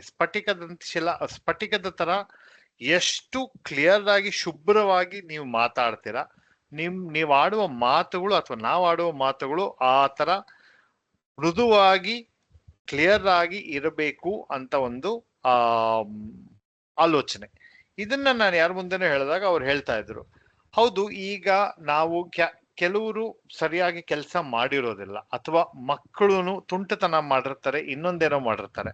ಅವರಿಗೆ ನೀವು ಮೃದುವಾಗಿ ಅಥವಾ ಚಿಕ್ಕ ಮಕ್ಕಳಿಗಂದ್ರೆ ಇಲ್ಲ ಪುಟ್ಟ ಈ ತರ ಮಾಡಬೇಡ ಅಂತ ಹೇಳ್ಬಹುದು. ಅದೇ ಒಂದು ಸ್ವಲ್ಪ ಏಜ್ ಆದ್ಮೇಲೆ, ಟೀನೇಜ್ ಅಂತ ಬಂದಾಗ ಅವರು ಬಂಡಾಯದ ಆಲೋಚನೆಯಲ್ಲಿ ಇರ್ತಾರೆ. ಬಂಡಾಯದ ಆಲೋಚನೆಯಲ್ಲಿ ಇರುವಂತಹ ಮಕ್ಕಳಿಗೆ ನೀವು ಮೃದುವಾಗಿ ಅಥವಾ ಪ್ರೀತಿಯಿಂದ ಒಂದು ಸಲ ಹೇಳ್ಬೋದು, 2 ಸಲ ಹೇಳ್ಬೋದು. ಪದೇ ಅದೇ ತಪ್ಪು ಮಾಡ್ತಾ ಇದ್ದಾರೆ, ಹೇಗೆ ಅದನ್ನ ಈ ವಚನದ ಮೂಲಕ ಅಥವಾ ಈ ಆಲೋಚನೆಯಿಂದ ನೀವು ಹೇಗೆ ಆ ತರಹದ ಅವರು ಮಾಡೋದನ್ನ ಹೇಗೆ ತಡೆಗಟ್ಟಬಹುದು ಅಂತ. ಅದನ್ ಬಗ್ಗೆ ನಾನು ಆಲೋಚನೆ ಮಾಡ್ತಾ ಇದ್ದಾಗ ಬಸವಣ್ಣನಿಗೂ ಶಾಪಕ್ಕೂ ಧುರಂಧರಿಗೂ ಇರುವಂತಹ ಒಂದು ಉಪಾಯ ನಮ್ಮ ಟೋಸ್ಟ್ ಮಾಸ್ಟರ್ಸ್ ಕೊಟ್ಟಿದೆ. ಹೇಗೆ ಅಂತ ಹೇಳಿದ್ರೆ, ಈಗ ನಾವು ಟೋಸ್ಟ್ ಮಾಸ್ಟರ್ಸ್ ನಲ್ಲಿ ನಾವು ಕಲಿಯೋದೇನು, ಇದನ್ನ ನೀವು ಮೌಲ್ಯಮಾಪನ ಹೇಗೆ ಮಾಡ್ತೀರಾ, ನೀವು ಮೌಲ್ಯಮಾಪನ ಮಾಡುವಾಗ ಏನಾದ್ರೂ ವಿಷಯಗಳು ಹೇಳಬಹುದು, ನೀವು ಹೇಳೋ ವಿಷಯಗಳನ್ನ ನೀವು ಮುಚ್ಚಿಡಿ ಅಥವಾ ಹೇಳಬೇಡಿ ಅಂತಿಲ್ಲ. ಆದ್ರೆ ಮೌಲ್ಯಮಾಪನ ನೀವು ವಿಷಯನ ಹೇಳಿ, ಬಟ್ ಬರೀ ಚೆನ್ನಾಗಿಲ್ದೇ ಇರೋ ವಿಷಯಗಳನ್ನ ಮಾತ್ರ ನೀವು ಹೇಳ್ತಾ ಇದ್ರೆ ಅದು ಅವರಿಗೆ ತಲುಪೋದಿಲ್ಲ. ಚೆನ್ನಾಗಿರುವ ವಿಷಯ ಯಾವ್ದು ಸರಿಯಾಗಾಯ್ತು, ಯಾವ್ದು ಸರಿಯಾಗಿ ಆಗಬೇಕಾಗಿತ್ತು, ಇನ್ನು ಯಾವ್ದು ಸರಿಯಾಗಿ ಆಗಬಹುದು ಅನ್ನೋದನ್ನ ನೀವೆಲ್ಲ ಸೇರಿಸಿ ಒಬ್ಬರಿಗೆ ಹೇಳಿದಾಗ ನಿಮ್ಮ ಮಾತು ಅವರಿಗೆ ಪರಿಣಾಮಕಾರಿಯಾಗಿ ಅವರು ಅದನ್ನು ಸ್ವೀಕಾರ ಮಾಡ್ತಾರೆ ಅಂದ ಒಂದು ಆಲೋಚನೆ. ಸೊ ಆ ಆಲೋಚನೆ ಜೊತೆಗೆ ಇವತ್ತಿನ ನಮ್ಮ ಮುಂದಿನ ಭಾಗ ಸಮಗ್ರ ಮೌಲ್ಯಮಾಪನಕ್ಕೆ ಹೋಗಿ ಹೇಗೆ ನಾವು ಮೌಲ್ಯಮಾಪನನ ಉಪಯೋಗಿಸಿ ನಾವು ಇದರಿಂದ ಏನ್ ಕಲಿಬಹುದು ಅಂತ ಈ ಭಾಗದಲ್ಲಿ ನೋಡೋಣ. ಸಮಗ್ರ ಮೌಲ್ಯಮಾಪಕರಾದ ಟೋಸ್ಟ್ ಮಾಸ್ಟರ್ ಉಮಾನಾಥ್ ಅವರೇ, ವೇದಿಕೆ ನಿಮ್ದು. ಧನ್ಯವಾದಗಳು ಸೂರಜ್ ಅವರೇ. ಈಗಾಗಲೇ ಸಮಯ 4:41. ತಡ ಮಾಡದೆ ಸಿದ್ಧಪಡಿಸಿದ ಭಾಷಣ, ಮೋಹನ್ ಅವರ ಸಿದ್ಧಪಡಿಸಿದ ಭಾಷಣವನ್ನ ಮೌಲ್ಯಮಾಪನ ಮಾಡ್ಲಿಕ್ಕಾಗಿ ರಾಘವೇಂದ್ರ ಅವರನ್ನ ವೇದಿಕೆಗೆ ಕರೆಸ್ತಾ ಇದ್ದೇನೆ. ಧನ್ಯವಾದಗಳು ರಾಘವೇಂದ್ರ ಅವರೇ. ನಾನು ಟೈಮರ್ ಆಗಿ ನೋಡ್ಕೋತೀನಿ. ಸಾರಿ, ನೀನು ಜಸ್ಟ್ ಸರಿ ಮಾತಾಡಿ, ನಾನು ಮೊದಲೇ ಖಂಡಿತ ಧನ್ಯವಾದಗಳು. ಸೊ ಮೋಹನ್ ಮೂರ್ತಿ ಅವರು ಉತ್ತಮವಾಗಿ ಭಾಷಣ ಮಾಡಿದ್ರು. ಅವ್ರ ಹೇಳಿದ ಕತೆ ಕಣ್ಣಿಗೆ ಕಟ್ಟೋ ತರ ಇತ್ತು. ಅಂದ್ರೆ ಅವ್ರು ಹೇಳಿದ್ದು ತುಮಕೂರಿಂದ ಹೇಗೆ ರಾಜ್ಕುಮಾರ್ ಅವ್ರ ಮನೆಗೆ ಹೋಗ್ತಿದ್ವಿ ಅಂದ್ರೆ ನಾವೇ ಓದಷ್ಟು ಅನುಭವ ನೀಡ್ತಿತ್ತು. ಅಷ್ಟು ಚೆನ್ನಾಗಿತ್ತು ಕತೆ. ಅದ್ರ ಜೊತೆಗೆ ನೀವು ಯಾವ ತರ ಪಕ್ಷಾಂತರ ಮಾಡಿದ್ರಿ. ಸಾಮಾನ್ಯವಾಗಿ ಈ ಫ್ಯಾನ್ ಬೇಸ್ಗಳು ಅಷ್ಟು ಸುಲಭನಾಗಿ ಪಕ್ಷಾಂತರ ಮಾಡೋದಿಲ್ಲ. ನಾನು ಕೆಲವ್ರು ನೋಡಿದ್ದೀನಿ, ಕೆಲವರು ಒಬ್ಬೊಬ್ರು ಅಭಿಮಾನಿಗಳಿರ್ತಾರೆ, ಅವರು ಪಕ್ಷಾಂತರ ಮಾಡೋದೇ ಕಷ್ಟ. ಹಾಗಾಗಿ ನೀವು ನಿಮ್ಮ ಪಕ್ಷಾಂತರ ಮಾಡಿದ್ದು ಯಾಕೆ, ಹೇಗೆ ಅನ್ನೋದನ್ನು ಚೆನ್ನಾಗಿ ವಿವರಿಸ್ತಿದ್ರಿ. ಇನ್ನು ಉತ್ತಮವಾದ ಅಂಶ ಅಂತ ಹೇಳಿದ್ರೆ ಅಲ್ಲಿ ತಿಳಿ ಹಾಸ್ಯ ಇದ್ದಿದ್ದು ಬಹಳ ಮೆಚ್ಚುಗೆ ಆಯ್ತು. ರಾಜ್ಕುಮಾರ್ ಅವ್ರಿಗೆ ಬೇಜಾರಾಗುತ್ತೆ ಅಂತ ವೀರಪ್ಪನ್ ವಿಷಯನ ಪ್ರಸ್ತಾಪ ಮಾಡೋದು ಬೇಡ ಅಂತ ನೀವು ನಿರ್ಧಾರ ತಗೊಂಡಿದ್ದು. ಆಮೇಲೆ ಈಗ ತಾನೇ ರಾಜ್ಕುಮಾರ್ ಅವರು ಹೋದ್ರಲ್ಲ ಅಂತ ಹೇಳಿದಾಗ ಅದು ಯಾವ ತರ ಅರ್ಥ ಮಾಡ್ಕೋಬಹುದು ಅನ್ನೋದನ್ನು ನೀವು ಬರೀ ಪದಗಳಲ್ಲೇನೆ ಎಕ್ಸ್ಪ್ಲೈನ್ ಮಾಡಿದ್ರಿ. ಆಮೇಲೆ ಇದರಲ್ಲಿ ಅದು ಟೆಲಿಫೋನ್ ಡೈರೆಕ್ಟ್ರಲ್ಲಿ ಪಾರ್ವತಮ್ಮ ರಾಜ್ಕುಮಾರ್ ಅವ್ರ ನಂಬರ್ ಹುಡುಕಿದ್ದು, ಇವೆಲ್ಲ ತಿಳಿ ಹಾಸ್ಯ ಬಹಳ ಚೆನ್ನಾಗಿತ್ತು. ಸೊ ಕೊನೆಗೆ ಸಮ್ಮರಿ ಕೂಡ ಒಳ್ಳೆ ಸಂದೇಶ ನೀಡ್ತಿತ್ತು. ನಮ್ಮ ಜೀವನದಲ್ಲಿ ನಡೆಯೋ ಘಟನೆಗಳನ್ನ ಸಹಜ ರೀತಿಯಲ್ಲಿ ಸ್ವೀಕರಿಸಬೇಕು ಅನ್ನೋ ಸಂದೇಶ ಬಹಳ ಚೆನ್ನಾಗಿತ್ತು. ಸೊ ಇವೆಲ್ಲ ತುಂಬಾ ಚೆನ್ನಾಗಿ ಉತ್ತಮವಾಗಿ ಭಾಷಣ ಉತ್ತಮವಾಗಿ ಮೂಡಿ ಬಂತು ಅಂತ ಹೇಳಕ್ ಬಯಸ್ತೇನೆ. ಇನ್ನ ಉತ್ತಮ ಪಡಿಸಿಕೊಳ್ಳಬಹುದಾದ ಅಂಶಗಳು ಅಂತ ಹೇಳಿದ್ರೆ ಅದರಲ್ಲಿ ನೀವು ಈ ಕೊನೆಯಲ್ಲಿ ಕತೆ ಸ್ವಲ್ಪ ಲಾಸ್ಟ್ಗೆ ಕತೆ ಮುಗೀತು, ಮತ್ತೆ ಮುಗ್ದಾದ್ಮೇಲೆ ಸಂದೇಶ ಒಂದು ಇತ್ತು. ಸೊ ಅಲ್ಲಿ ಸಂದೇಶವನ್ನ ಕೊಡಕ್ ಮುಂಚೆ ಸ್ವಲ್ಪ ಗ್ಯಾಪ್ ಆಯ್ತು ಅನ್ನಿಸ್ತು. ಅಷ್ಟ್ ಬಿಟ್ರೆ ಇನ್ ಮಿಕ್ಕಿದ್ದೆಲ್ಲ ತುಂಬಾ ಚೆನ್ನಾಗಿತ್ತು. ಇದರಲ್ಲಿರೋ ಸಂದೇಶ ಮಾತ್ರ ಬಹಳ ಚೆನ್ನಾಗಿ ಮೂಡ್ ಬಂತು. ಸೊ ಅಷ್ಟು ಹೇಳಿ ನನ್ನ ಸಿದ್ಧಪಡಿಸಿದ ಭಾಷಣ ಮತ್ತೆ ಸಮಯ ಕೂಡ ಕರೆಕ್ಟ್ ಆಗಿ ಮುಗಿಸಿದ್ರಿ, ನಿಗದಿತ ಅವಧಿ ಒಳಗಡೆನೆ. ಸೊ ಅಷ್ಟೇ ಹೇಳಿ ನನ್ನ ವೇದಿಕೆಯನ್ನ ಮರಳಿ ಉಮನ್ ಸರ್ ಅವ್ರಿಗೆ ಕೊಡ್ತಾ ಇದ್ದೀನಿ. ಧನ್ಯವಾದಗಳು ರಾಘವೇಂದ್ರ ಅವರೇ. ಬಹಳ ಒಂದು ಉತ್ತಮವಾದಂತ ಮೌಲ್ಯಮಾಪನ, ಏನು ಭಾಷಣದಲ್ಲಿ ಚೆನ್ನಾಗಿತ್ತು, ಯಾವ ಅಂಶಗಳನ್ನ ನಾವು ತಿದ್ದುಕೋಬಹುದು ಅನ್ನೋದನ್ನ ಚೆನ್ನಾಗಿ ಹೇಳಿದ್ರ. ನೀವು ಹೇಳಿದಂತ ಎಲ್ಲಾ ವಿಷಯಗಳನ್ನು ನಾನು ಕೂಡ ಅದೇ ಬರ್ಕೊಂಡಿದ್ದೆ. ಅದೇ ಆ ಸಂದೇಶ ನನಗೆ ಬಹಳ ಇಷ್ಟ ಆಯ್ತು. ಈ ಭಾಷಣದಲ್ಲಿ ಆ ಸಂದೇಶವನ್ನು ನಾನು ಎದುರು ನೋಡಿರ್ಲಿಲ್ಲ. ಅದು ಒಂಥರ ರೋಮಾಂಚಕವಾಗಿತ್ತು. ಗುರಿಗಿಂತ ಅದರತ್ತಾದ ಪಯಣವನ್ನ ಸವಿಯಿರಿ ಅಂತ ಹೇಳಿದ್ದು ಬಹಳ ಚೆನ್ನಾಗಿ ಮೂಡಿ ಬಂತು ಅಂತ ನನ್ನ ಭಾವನೆ. ಈ ರೀತಿ ಒಂದು ಒಳ್ಳೆಯ ಭಾಷಣ ಹಾಗೂ ಅದರ ಮೌಲ್ಯಮಾಪನವನ್ನು ಚೆನ್ನಾಗಿ ಮಾಡಿದಂತ ರಾಘವೇಂದ್ರ ಇವರಿಬ್ಬರಿಗೂ ಒಂದು ಕರತಾಡನ ನಾವು ಕೊಡೋಣ. ಇಂದಿನ ಸಭೆಯನ್ನು ಶುರು ಮಾಡಿದವರು ಗಣೇಶ್ ಅವರು. ಗಣೇಶ್ ಅವರು ಇನ್ನೊಂದು ರೂಪದಲ್ಲಿ ಇಲ್ಲಿ ಕೂತಿದ್ದಾರೆ. ಬಹಳ ಒಂದು ಅಭೂತಪೂರ್ವ ಪ್ರಾರಂಭ ಅಂತ ಹೇಳ್ಬೋದು. ನಾನು ಈ 10 ವರ್ಷದ ನನ್ನ ಟೋಸ್ಟ್ ಮಾಸ್ಟರ್ ಅನುಭವದಲ್ಲಿ ಈ ತರದ ಒಂದು ಪ್ರಾರಂಭವನ್ನು ನಾನು ಎಲ್ಲೂ ನೋಡಿಲ್ಲ. ಅದಕ್ಕಾಗಿ ಸೂರಜ್ ಅವರಿಗೆ ಮೊದಲನೇದಾಗಿ ಒಂದು ಕರತಾಡನ. ಮತ್ತು ಆ ಮಂಗಳೂರು ಶೈಲಿಯ ಭಾಷೆಯನ್ನ ಸೂಕ್ತವಾಗಿ ಹಾಗೂ ತುಂಬಾ ನಿಖರವಾಗಿ, ಯಾಕಂದ್ರೆ ನಾನು ಮಂಗಳೂರಿನನ್ನೇ, ಸೊ ನಿಖರವಾಗಿ ನೀವು ಬಳಸಿದ್ದೀರಾ. ಗಮ್ಮತ್ತು ಅನ್ನುವಂಥದ್ದು, ಹಾಗೆ ರೂಲ್ಸ್ ಅನ್ನ ಪ್ರಸ್ತಾಪನೆ ಮಾಡಿದಂತ ಒಂದು ಶೈಲಿ, ಲೈಂಗಿಕ ವಿಷಯ ಮನೆಯಲ್ಲಿ ಮಾತಾಡಿ, ರಾಜಕೀಯ ಇಲ್ಲಿ ಮಾಡೋದು ಬೇಡ, ಆ ಥರ ಎಲ್ಲ ಬಹಳ ಬಹಳ ಒಂದು ಸ್ವಾರಸ್ಯಕರ, ಖುಷಿ ಕೊಟ್ಟಂತ ಒಂದು ಪ್ರಾರಂಭ. ಈ ಸಭೆ ಯಾವ ರೀತಿ ಇನ್ನೂ ಚೆನ್ನಾಗಿರ್ಬೋದು ಅನ್ನುವಂಥ ಒಂದು ಎದುರು ನೋಡಿಕೆಯನ್ನ ಆ ಸಾರ್ಜೆಂಟ್ ಅಟ್ ಆರ್ಮ್ಸ್ ಒಂದು ಅಡ್ರೆಸ್ ಅಷ್ಟು ಚೆನ್ನಾಗಿ ಮೂಡಿ ಬಂತು. ಅದಕ್ಕಾಗಿ ಪ್ರತ್ಯೇಕವಾಗಿ ಸೂರಜ್ ಅವರಿಗೆ ಜೋರಾಗಿ ಒಂದು ಕೈ ಚಪ್ಪಾಳೆಯನ್ನು ಕೊಡಬೇಕಂತ ಕೇಳ್ಕೊತೇನೆ.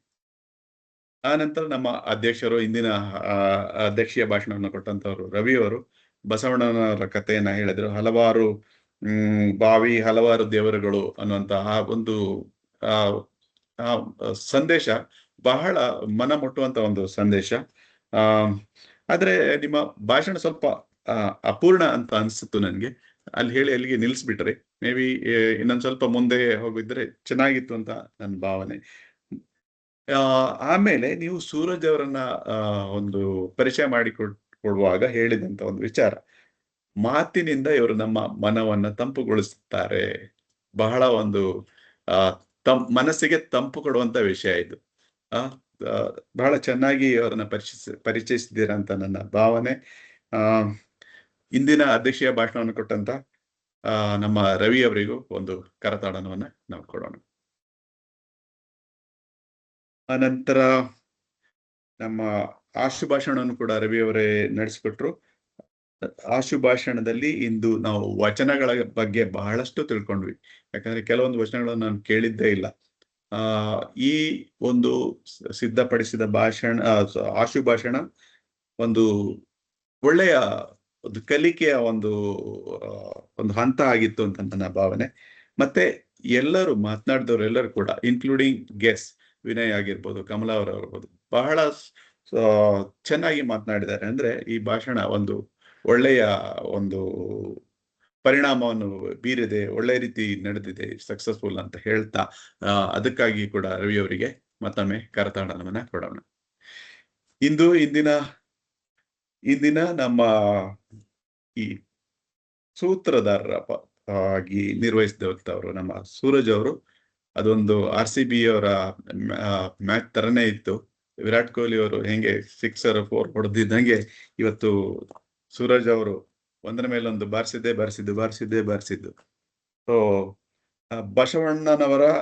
ಬಸವಣ್ಣನವರಿಂದ ಶಾಪ ಹಾಗೂ ದುರಂಧರ, ಇಲ್ಲಿ ಆ ದ್ವಂದ್ವ ಒಳ್ಳೆ ಮಾತಂದ್ರೆ ಹೇಗಿರ್ಬೇಕಂತ ಮೊದಲು ಹೇಳಿದ್ರು. ಆಮೇಲೆ ಆ ಒಳ್ಳೆ ಮಾತು ಯಾಕಿರ್ಬೇಕು, ಆ ಮಾತು ಒಳ್ಳೇದು ಯಾಕಿರ್ಬೇಕು ಅನ್ನೋದನ್ನ ಆ ದ್ವಂದ್ವದ ಮೂಲಕ ಬಹಳ ಪರಿಣಾಮಕಾರಿಯಾಗಿ ಇವತ್ತು ನನ್ಗೆ ಹೇಳಿದ್ರು. ಆ 3 ವಿಷಯಗಳ, ಬಸವಣ್ಣ, ಶಾಪ ಹಾಗೂ ದುರಂಧರ, ಇದರ ಒಂದು ಕನೆಕ್ಟಿವಿಟಿ, ಹಾಗೆ ಅದನ್ನ ಕೊನೆಯದಾಗಿ ನಮ್ಮ ಟೋಸ್ಟ್ ಮಾಸ್ಟರ್ಸ್ ಇವ್ಯಾಲ್ಯೂಯೇಷನ್ ಅನ್ನೋದಕ್ಕೆ ಅದನ್ನ ಬಹಳ ಸೂಕ್ತವಾಗಿ ಅಡಾಪ್ಟ್ ಮಾಡಿರೋದು ಬಹಳ ಸುಂದರವಾಗಿ ಮೂಡಿ ಬಂತು ಅಂತ ನನ್ನ ಭಾವನೆ. ಹಾಗೆ ಪಾತ್ರಧಾರಿಗಳ ಪರಿಚಯ ಬಹಳ ಆಸಕ್ತಿಕರವಾಗಿ ಮಾಡಿದ್ರು. ಮತ್ತೆ ನನಗೆ ಇನ್ನೊಂದು ಇಷ್ಟ ಆಗಿದೆ ಅಂದ್ರೆ, ನಮ್ಮ ಮೋಹನ್ ಮೂರ್ತಿ ಅವರ ಭಾಷಣದ ನಂತರ ರಾಜ್ಕುಮಾರ್ ಅವರ ಸ್ವರದ ಅನುಕರಣೆ. ಐ ಥಿಂಕ್ ಸೂರಜ್ ಅವರು ಒಂದಿನ ಈ ಮಿಮಿಕ್ರಿ ಅನ್ನೋದನ್ನು ನಮ್ಮ ಸಭೆಯಲ್ಲಿ ಮಾಡ್ಬೇಕಂತ ಕೇಳ್ಕೊತೀನಿ ಈ ಮೂಲಕ. ಹಲವಾರು ನಟರ ಪಾತ್ರಗಳ ಅಥವಾ ಧ್ವನಿಯ ಅನುಕರಣೆ ಮಾಡ್ಲಿಕ್ಕೆ ನಿಮ್ಗೆ ಸಾಧ್ಯ ಅಂತ ನನ್ಗೆ ಅನ್ಸುತ್ತೆ.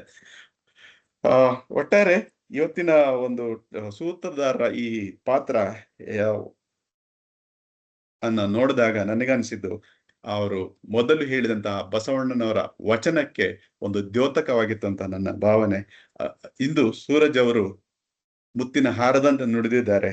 ಸ್ಫಟಿಕದ ಸಲಾಕೆ ಅಂತಿತ್ತು ಅವರ ಮಾತು, ಮಾಣಿಕ್ಯದ ದೀಪ್ತಿಯಂತೆ ನಮಗೆ ಹಲವಾರು ವಿಚಾರಗಳನ್ನ ತಿಳಿಸಿಕೊಟ್ಟಿತ್ತು. ನಾವೆಲ್ಲರೂ ಹೌದೌದು ಅಂತ ಇದ್ದೀವಿ.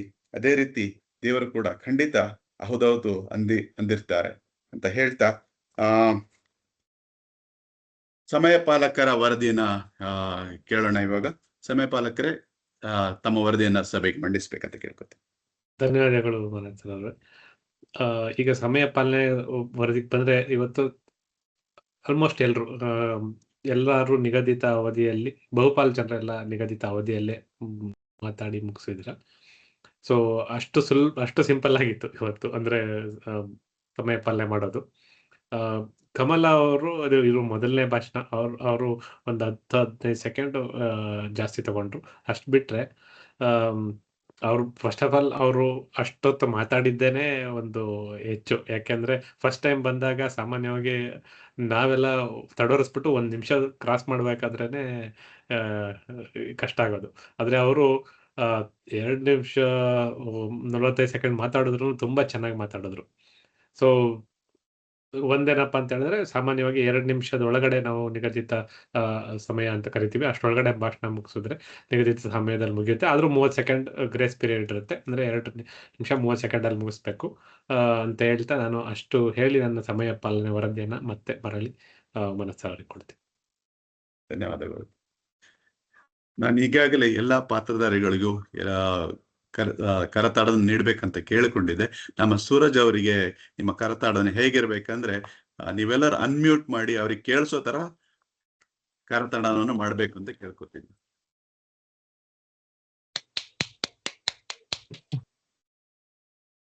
ಹಾಗೂ ಇಲ್ಲಿಗೆ ನನ್ನ ಸಮಗ್ರ ಮೌಲ್ಯವನ್ನು ನಾನು ಮುಗಿಸಿ ಸೂತ್ರಧಾರರಂತ ಸೂರಜ್ ಅವರಿಗೆ ವೇದಿಕೆಯನ್ನ ಮರಳಿ ಹಸ್ತಾಂತರಿಸ್ತಾ ಇದ್ದೀನಿ. ಧನ್ಯವಾದಗಳು. ಧನ್ಯವಾದ ಟೋಸ್ಟ್ ಮಾಸ್ಟರ್ ಉಮಾನಾಥ್ ಅವರೇ. ನಿಮ್ಮ ಎಲ್ಲ ಈ ಪ್ರೀತಿಗೆ ಮತ್ತೆ ನಿಮ್ಮ ವಾತ್ಸಲ್ಯಕ್ಕೆ, ನಮ್ಮ ವಾತ್ಸಲ್ಯಕ್ಕೋಸ್ಕರ ನಾವು ಹೊಸದೇನೋ ಪ್ರಯತ್ನ ಪಡ್ತೀವಿ. ನಾವು ಪಟ್ಟ ಪ್ರಯತ್ನ ಎಲ್ಲ ನೀವು ಇಷ್ಟಪಡ್ತೀರಾ, ಅದೇ ನಮಗೆ ಸಿಗುವಂತಹ ಹುರುಪು. ಈಗ ಸಮಯ 4 ಗಂಟೆ 52 ನಿಮಿಷಗಳು. ಕೊನೆಗೆ ಈ ಸಭೆನ ಮುಗಿಸಕ್ಕಿನ್ನ ಮುಂಚೆ ಮಾತು ಹೇಗಿರ್ಬೇಕು, ನಮ್ಮ ಮಾತುಗಳಿಂದ ಬೇರೆಯವ್ರ ಮೇಲೆ ಪರಿಣಾಮ ಹೇಗ್ ಬೀಳುತ್ತೆ, ಅದು ಹೆಚ್ಚಾಗಿ ಮಕ್ಕಳ ಮೇಲೆ ನಮ್ಮ ಮಾತಿನ ಪರಿಣಾಮಗಳು, ಅದನ್ನ ನಾವು ಹೇಳುವಂತ ವಿಷಯನೂ ಯಾವ ತರ ನಮ್ಮ ಟೋಸ್ಟ್ ಮಾಸ್ಟರ್ಸ್ ದ ಒಂದು ಟೆಕ್ನಿಕ್, ಇದಕ್ಕೆ ಸ್ಯಾಂಡ್ವಿಚ್ ಟೆಕ್ನಿಕ್ ಅಂತಾರೆ. ಹೇಗೆ ನೀವು ಸ್ಯಾಂಡ್ವಿಚ್ ತಿನ್ನುವಾಗ ಮೇಲ್ಗಡೆ ಬ್ರೆಡ್ ಇರುತ್ತೆ, ಮಧ್ಯದಲ್ಲಿ ಪಲ್ಯ ಇರುತ್ತೆ, ಕೆಳಗಡೆ ಬ್ರೆಡ್ ಇರುತ್ತೆ, ಅದೇ ತರ ನೀವು ಯಾವುದೇ ಒಂದು ಕಷ್ಟದ ವಿಷಯ ಹೇಳಬೇಕು ಅಂದ್ರೂ, ಅಥವಾ ಮನೆಯಲ್ಲಿ ಮಕ್ಕಳು ಏನೋ ಸರಿಯಾಗಿ ಮಾಡ್ಲಿಲ್ಲ, ಅಥವಾ ನಿಮ್ಮ ಜೊತೆ ಕೆಲಸ ಮಾಡೋರು ಏನೋ ನಿಮಗೆ ನಿಮ್ಮ ಟೀಮಲ್ಲಿ ಇರೋರು ಯಾವ್ದು ಸರಿಯಾಗಿ ಕೆಲಸ ಮಾಡ್ಲಿಲ್ಲ ಅಂದ್ರೆ, ಅವರಿಗೆ ನಾವು ಹೋಗಿ ನೀವು ಈ ಕೆಲಸ ಸರಿಯಾಗಿ ಮಾಡಿಲ್ಲ ಅಂತ ಹೇಳಬಹುದು. ಅದರಿಂದ ಅವರು ತಿದ್ದುಕೋತಾರ ಇಲ್ವಾ ಗೊತ್ತಿಲ್ಲ. ಆದ್ರೆ ನೀವು ಈ ಕಾರ್ಯದಲ್ಲಿ ಈ 4 ವಿಷಯಗಳು ಚೆನ್ನಾಗಿ ಮಾಡಿದ್ರಿ ಅಂದಿದ ತಕ್ಷಣ ಏನಾಗುತ್ತೆ ಅಂದ್ರೆ, ನಮ್ಮ ಮನೋವಿಕಾಸ ಅಥವಾ ಮನೋವೈಜ್ಞಾನದ ಪ್ರಕಾರ ಯಾವುದೇ ಒಂದು ಒಳ್ಳೆ ವಿಷಯ ಹೇಳಿದ ತಕ್ಷಣ ನಮ್ಮ ಮೆದುಳು, ನಮ್ಮ ಅಟೆನ್ಷನ್ ಏನಿರುತ್ತೆ, ಏನೋ ಒಳ್ಳೆ ವಿಷಯ ಹೇಳ್ತಾ ಇದ್ದಾರೆ ಅಂದಿದ ತಕ್ಷಣ ಇನ್ನೊಬ್ಬರ ಮಾತನ್ನು ಕೇಳೋದಿಕ್ಕೆ, ಆಲಿಂಗನ ಮಾಡೋದಿಕ್ಕೆ ಶುರುವಾಗ್ತದೆ. ಆಲಿಂಗನ ಮಾಡಕ್ಕೆ ಶುರು ಆದಾಗ ನಿಮ್ಮ ಮಾತುಗಳಿಗೆ ಅಕ್ಸೆಪ್ಟೆನ್ಸ್ ಬರುತ್ತೆ. ಇವ್ರು 4 ಒಳ್ಳೆ ವಿಷಯ ಹೇಳಿದ್ರೆ, 4 ಒಳ್ಳೆ ವಿಷಯ ಹೇಳಿದ್ಮೇಲೆ ಇದೊಂದು 2 ನೀವು ಚೆನ್ನಾಗಿ ಮಾಡಬಹುದಾಗಿತ್ತು ಅಂತ ನೀವು ಜೆನ್ಯುನ್ ಆಗಿ ಹೇಳಿದಾಗ ಅದನ್ನ ಅವ್ರು ಕೇಳಿ ಪ್ರಯತ್ನ ಪಡ್ತಾರೆ. ಅದೇ ನಾವು ಒಳ್ಳೆ ವಿಷಯಗಳು ಹೇಳದೆ ಅವ್ರು ಬಂದಿದ ತಕ್ಷಣ ಹಿಂದಿನ ವರ್ಷ ಏನ್ ಕಿತ್ತು ದಬಾಕಿದ್ರಿ ನೀವು, ನಿಮಗ್ ಸ್ಯಾಲ್ರಿ ಕೊಡೋದೇ ದೊಡ್ಡ ವಿಷಯ, ಈ ವರ್ಷ ಏನೋ ನೋಡಿ ಏನ್ ಮಾಡ್ತೀರಾ ಅಂತ ಹೇಳಿದ್ರೆ, ಆ ನಿಮ್ಮ ತಂಡದವ ಇದ್ದವನು, ಕೆಲಸ ಮಾಡುವಂತಹ ಆಸೆ ಕ್ಷಮತೆ ಇದ್ದವ್ರು, ನಾವ್ ಏನ್ ಮಾಡಿದ್ರೆ ಇದೆ ಗುರು, ನಮ್ಮ ಮ್ಯಾನೇಜರ್ ಇಷ್ಟೇ, ಏನ್ ಪ್ರಯೋಜನ, ಬರ್ತಾರೆ, ನೀವು ಕೊಟ್ಟಿರೋ ಕೆಲಸ ಬೇಕಾಬಿಟ್ಟಿ ಮಾಡ್ತಾರೆ, ಹೋಗ್ತಾರೆ, ಪ್ರಯೋಜನ ಏನಿದೆ ಅದರಲ್ಲಿ. ಹಾಗಾಗಿ ಸಾಧ್ಯವಾದಷ್ಟು ಕಡೆ ಈ ಒಂದು ಟೆಕ್ನಿಕ್ ನ ಉಪಯೋಗಿಸ್ಬೋದು. ಇನ್ನೊಂದು ಟೆಕ್ನಿಕ್ ಏನಂದ್ರೆ NLP ಅಂತ ಒಂದು ಇದೆ, ನ್ಯೂರಲ್ ಲಿಂಗ್ವಿಸ್ಟಿಕ್ ಪ್ರೋಗ್ರಾಮಿಂಗ್ ಅಂತ. ಹೇಗೆ ನಾವು ನಮ್ಮ ಮನಸ್ಸನ್ನ, ನಮ್ಮ ಮೆದುಳು ನ್ಯೂರಾನ್ಸ್ ನ ಅರ್ಥ ಮಾಡಿಕೊಂಡು ಹೇಗೆ ಮಾಡಬಹುದು ಅಂತ. ಅದರಲ್ಲಿ ನಾನು ಕಲ್ತಿದ್ದಂತಹ ಒಂದು ವಿಷಯ ಏನಂದ್ರೆ, don't ask the why question, ask the how or what question ಅಂತ. ಇದಕ್ಕೆ ಒಂದು ಉದಾಹರಣೆ ಏನಂದ್ರೆ, ಈಗ ನೀವು ಇದು ನಮ್ಮ ಕಮಲಾ ಅವರಿಗೆ ಜಾಸ್ತಿ ಅನ್ವಯ ಆಗುತ್ತೆ. ಎಲ್ಲರೂ ಮಕ್ಕಳು ಸಮಯಕ್ಕೆ ಸರಿಯಾಗಿ ಶಾಲೆಗೆ ಬರಬೇಕು. ಒಂದೊಂದ್ಸಲಿ ಏನಾಗುತ್ತೆ, ಕೆಲವರು ಮಕ್ಕಳ ಸಮಯದಲ್ಲಿ ಅಷ್ಟು ಮಾಡಲ್ಲ. ಈ ಕಾಲೇಜಿನಲ್ಲಿ ತುಂಬಾ ಜಾಸ್ತಿ ಅವ್ರು ಒಂಥರ ಸ್ವಚ್ಛಂದದಿಂದ ಬರ್ತಾರಲ್ಲ. ಕೆಲವರು 9 ಗಂಟೆ ಕ್ಲಾಸ್ಗೆ 9:15 ಬರ್ತಾರೆ. ಒಂದು ದಿನ ಓಕೆ, 2 ದಿನ ಓಕೆ. ಪ್ರತಿ ಸಲಿ ಅವರು ಲೇಟ್ ಆಗಿ ಬಂದಾಗ ನೀವು ಪ್ರಾಧ್ಯಾಪಕರಾಗಿ ಪ್ರಶ್ನೆ ಕೇಳ್ತೀರಾ, why did you come late ಅಂತ. ನೀವು ವೈ ಅಂತ ಕ್ವಶನ್ ಕೇಳಿದ ತಕ್ಷಣ ಅವ್ರ ಮನ್ಸಲ್ಲಿ ಅವ್ರು ಕೊಡ್ಬೇಕಾಗಿರೋ ಅವರು ನಿಮಗೆ ಸರಿಯಾದ ಉತ್ತರ ಕೊಡೋದೇ ಇಲ್ಲ. Why did you come late ಅಂದಿದ ತಕ್ಷಣ ಅದಕ್ಕೆ ಓ ಸರ್ ಅಲ್ಲಿ ಟ್ರಾಫಿಕ್, ಓ ಸರ್ ಇವತ್ತು ಪಂಚರ್ ಆಗೋಯ್ತು, ಓ ಗಾಡಿ ಕೆಟ್ಟೋಯ್ತು, ಅಯ್ಯೋ ಬಸ್ ಕೆಟ್ಟೋಯ್ತು, ಏನೋ ಹಾರಕೆ ಉತ್ತರಗಳು. ನಿಮಗೆ ಅವರಿಂದ ಸರಿಯಾದ ಉತ್ತರ ಬೇಕಂದ್ರೆ ವೈ ಕ್ವೆಶ್ಚನ್ ಯಾವತ್ತು ಕೇಳಬೇಡಿ. ಹೌ ಡಿಡ್ ದಿಸ್ ಹ್ಯಾಪನ್ ಅಥವಾ what caused you to come late, ಅದೊಂದು ಎಕ್ಸಾಂಪಲ್. ಬಟ್ ಇದನ್ನ ನೀವು ಜೀವನದಲ್ಲಿ ಅಳವಡಿಸ್ಕೊಂಡಾಗ, ಏನೋ ನಿಮ್ಮ ಮನೇಲೇನೆ ಯಾರೋ ನಿಮ್ಮ ಗಂಡನೋ ಹೆಂಡತಿನೋ ಅಥವಾ ಇನ್ಯಾರೋ ಮಗುನೋ ಏನೋ ತಪ್ಪು ಮಾಡಿದ್ರೆ, why did you do this, ಯಾಕೆ ನೀನು ಇದನ್ನ ಮಾಡ್ದೆ ಅಂತ ಕೇಳಿದ್ರೆ ನಿಮಗೆ ಅವರಿಂದ ಉತ್ತರಗಳು ಬರಲ್ಲ. ಏನ್ ಆಲೋಚನೆ ಮಾಡದೆ ಇದು ಮಾಡೋದಕ್ಕಿಂತ ಮುಂಚೆ, ಅಥವಾ ಏನು ಮಾಡಬೇಕು ಅಂತ ಪ್ರಯತ್ನ ಪಟ್ಟೆ ಅಂತ ನೀವು ಕೇಳಿದಾಗ ಅವರು ನಿಜವಾದ ಅವ್ರು ಏನ್ ಆಲೋಚನೆ ಮಾಡಿದ್ರು. ಒಂದೊಂದ್ಸಲಿ ಅವರು ಏನೋ ಒಂದು ಪ್ರಯತ್ನ ಪಡ್ತಾರೆ, ಪ್ರಯತ್ನ ಕೆಟ್ಟೋಗಿರ್ಬೋದು, ಪ್ರಯತ್ನದ ಪ್ರತಿ ಫಲ ಚೆನ್ನಾಗಿಲ್ದೇ ಇದ್ರು ಪ್ರಯತ್ನಕ್ಕೆ ನಾವು ಚಪ್ಪಾಳೆ ತಟ್ಟದೇ ಇದ್ರೆ ಮುಂದೆ ಅವರು ಪ್ರಯತ್ನ ಮಾಡದೇ ಬಿಟ್ಬಿಡ್ತಾರೆ.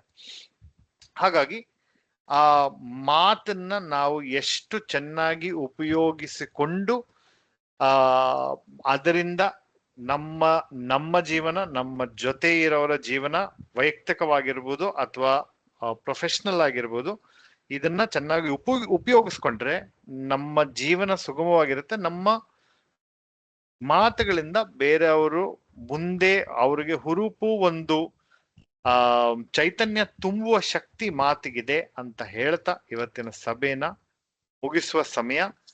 2 ನಿಮಿಷ ಇದೆ. ಯಾರಾದ್ರೂ ಏನಾದ್ರು ವಿಷಯನ ಹಂಚ್ಕೋಬೇಕು ಅಥವಾ ಇನ್ನೇನಾದ್ರೂ ಮಾತಾಡಬೇಕು ಅಂತ ಹೇಳಿದ್ರೆ ವೇದಿಕೆ ತೆರೆದಿದೆ. ಯಾರಾದ್ರೂ ಅನ್ಮ್ಯೂಟ್ ಮಾಡಿ ಮಾತಾಡ್ಬೋದು.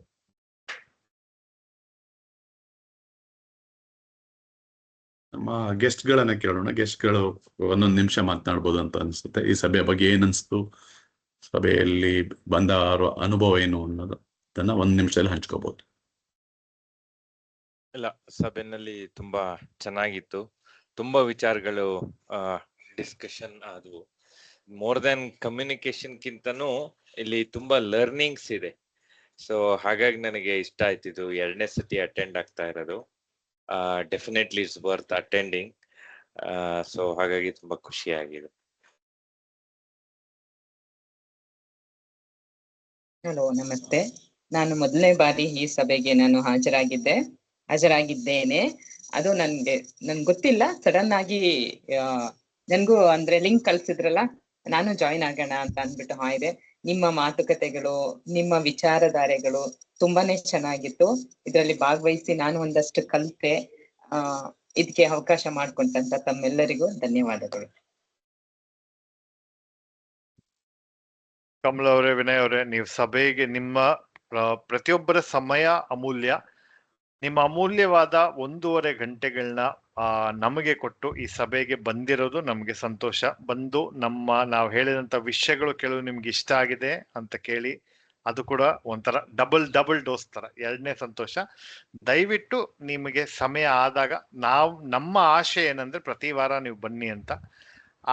ಅದನ್ನ ಹೇರಿಕೆ ಮಾಡೋದಕ್ಕಿಂತ ನಮ್ಮ ಕಳಕಳಿ ಅಥವಾ ನಮ್ಮ ಪ್ರಾರ್ಥನೆ ಏನಂದ್ರೆ, ನಿಮಗೆ ಸಮಯ ಆದಾಗ ಪ್ರತಿ ವಾರ ಸಮಯ ಮಾಡಿಕೊಂಡು ಬಂದ್ರೆ, ಎಷ್ಟು ಜನ ಸೇರಿದ್ರೆ ಅಷ್ಟು ಇನ್ನು ಒಳ್ಳೊಳ್ಳೆ ವಿಷಯಗಳನ್ನ ನಾವು ತಿಳ್ಕೋಬಹುದು, ಸೇರಿ ಎಲ್ಲ ಒಳ್ಳೆ ಗಮ್ಮತ್ತು ಮಾಡಬಹುದು ಅಂತ ಹೇಳ್ತಾ ಇವತ್ತಿನ ನಮ್ಮ ಸಭೆನ ಮುಗಿಸ್ತಾ ಇದೀವಿ. ರೆಕಾರ್ಡಿಂಗ್ ಸ್ಟಾಪ್ ಮಾಡಬಹುದು, ತದನಂತರ ನಾವು ಬೇಕಾದ್ರೆ ಉಳ್ಕೊಂಡು ಬೇರೆ ಬೇರೆ ವಿಷಯಗಳನ್ನ ಮಾತಾಡ್ಬೋದು.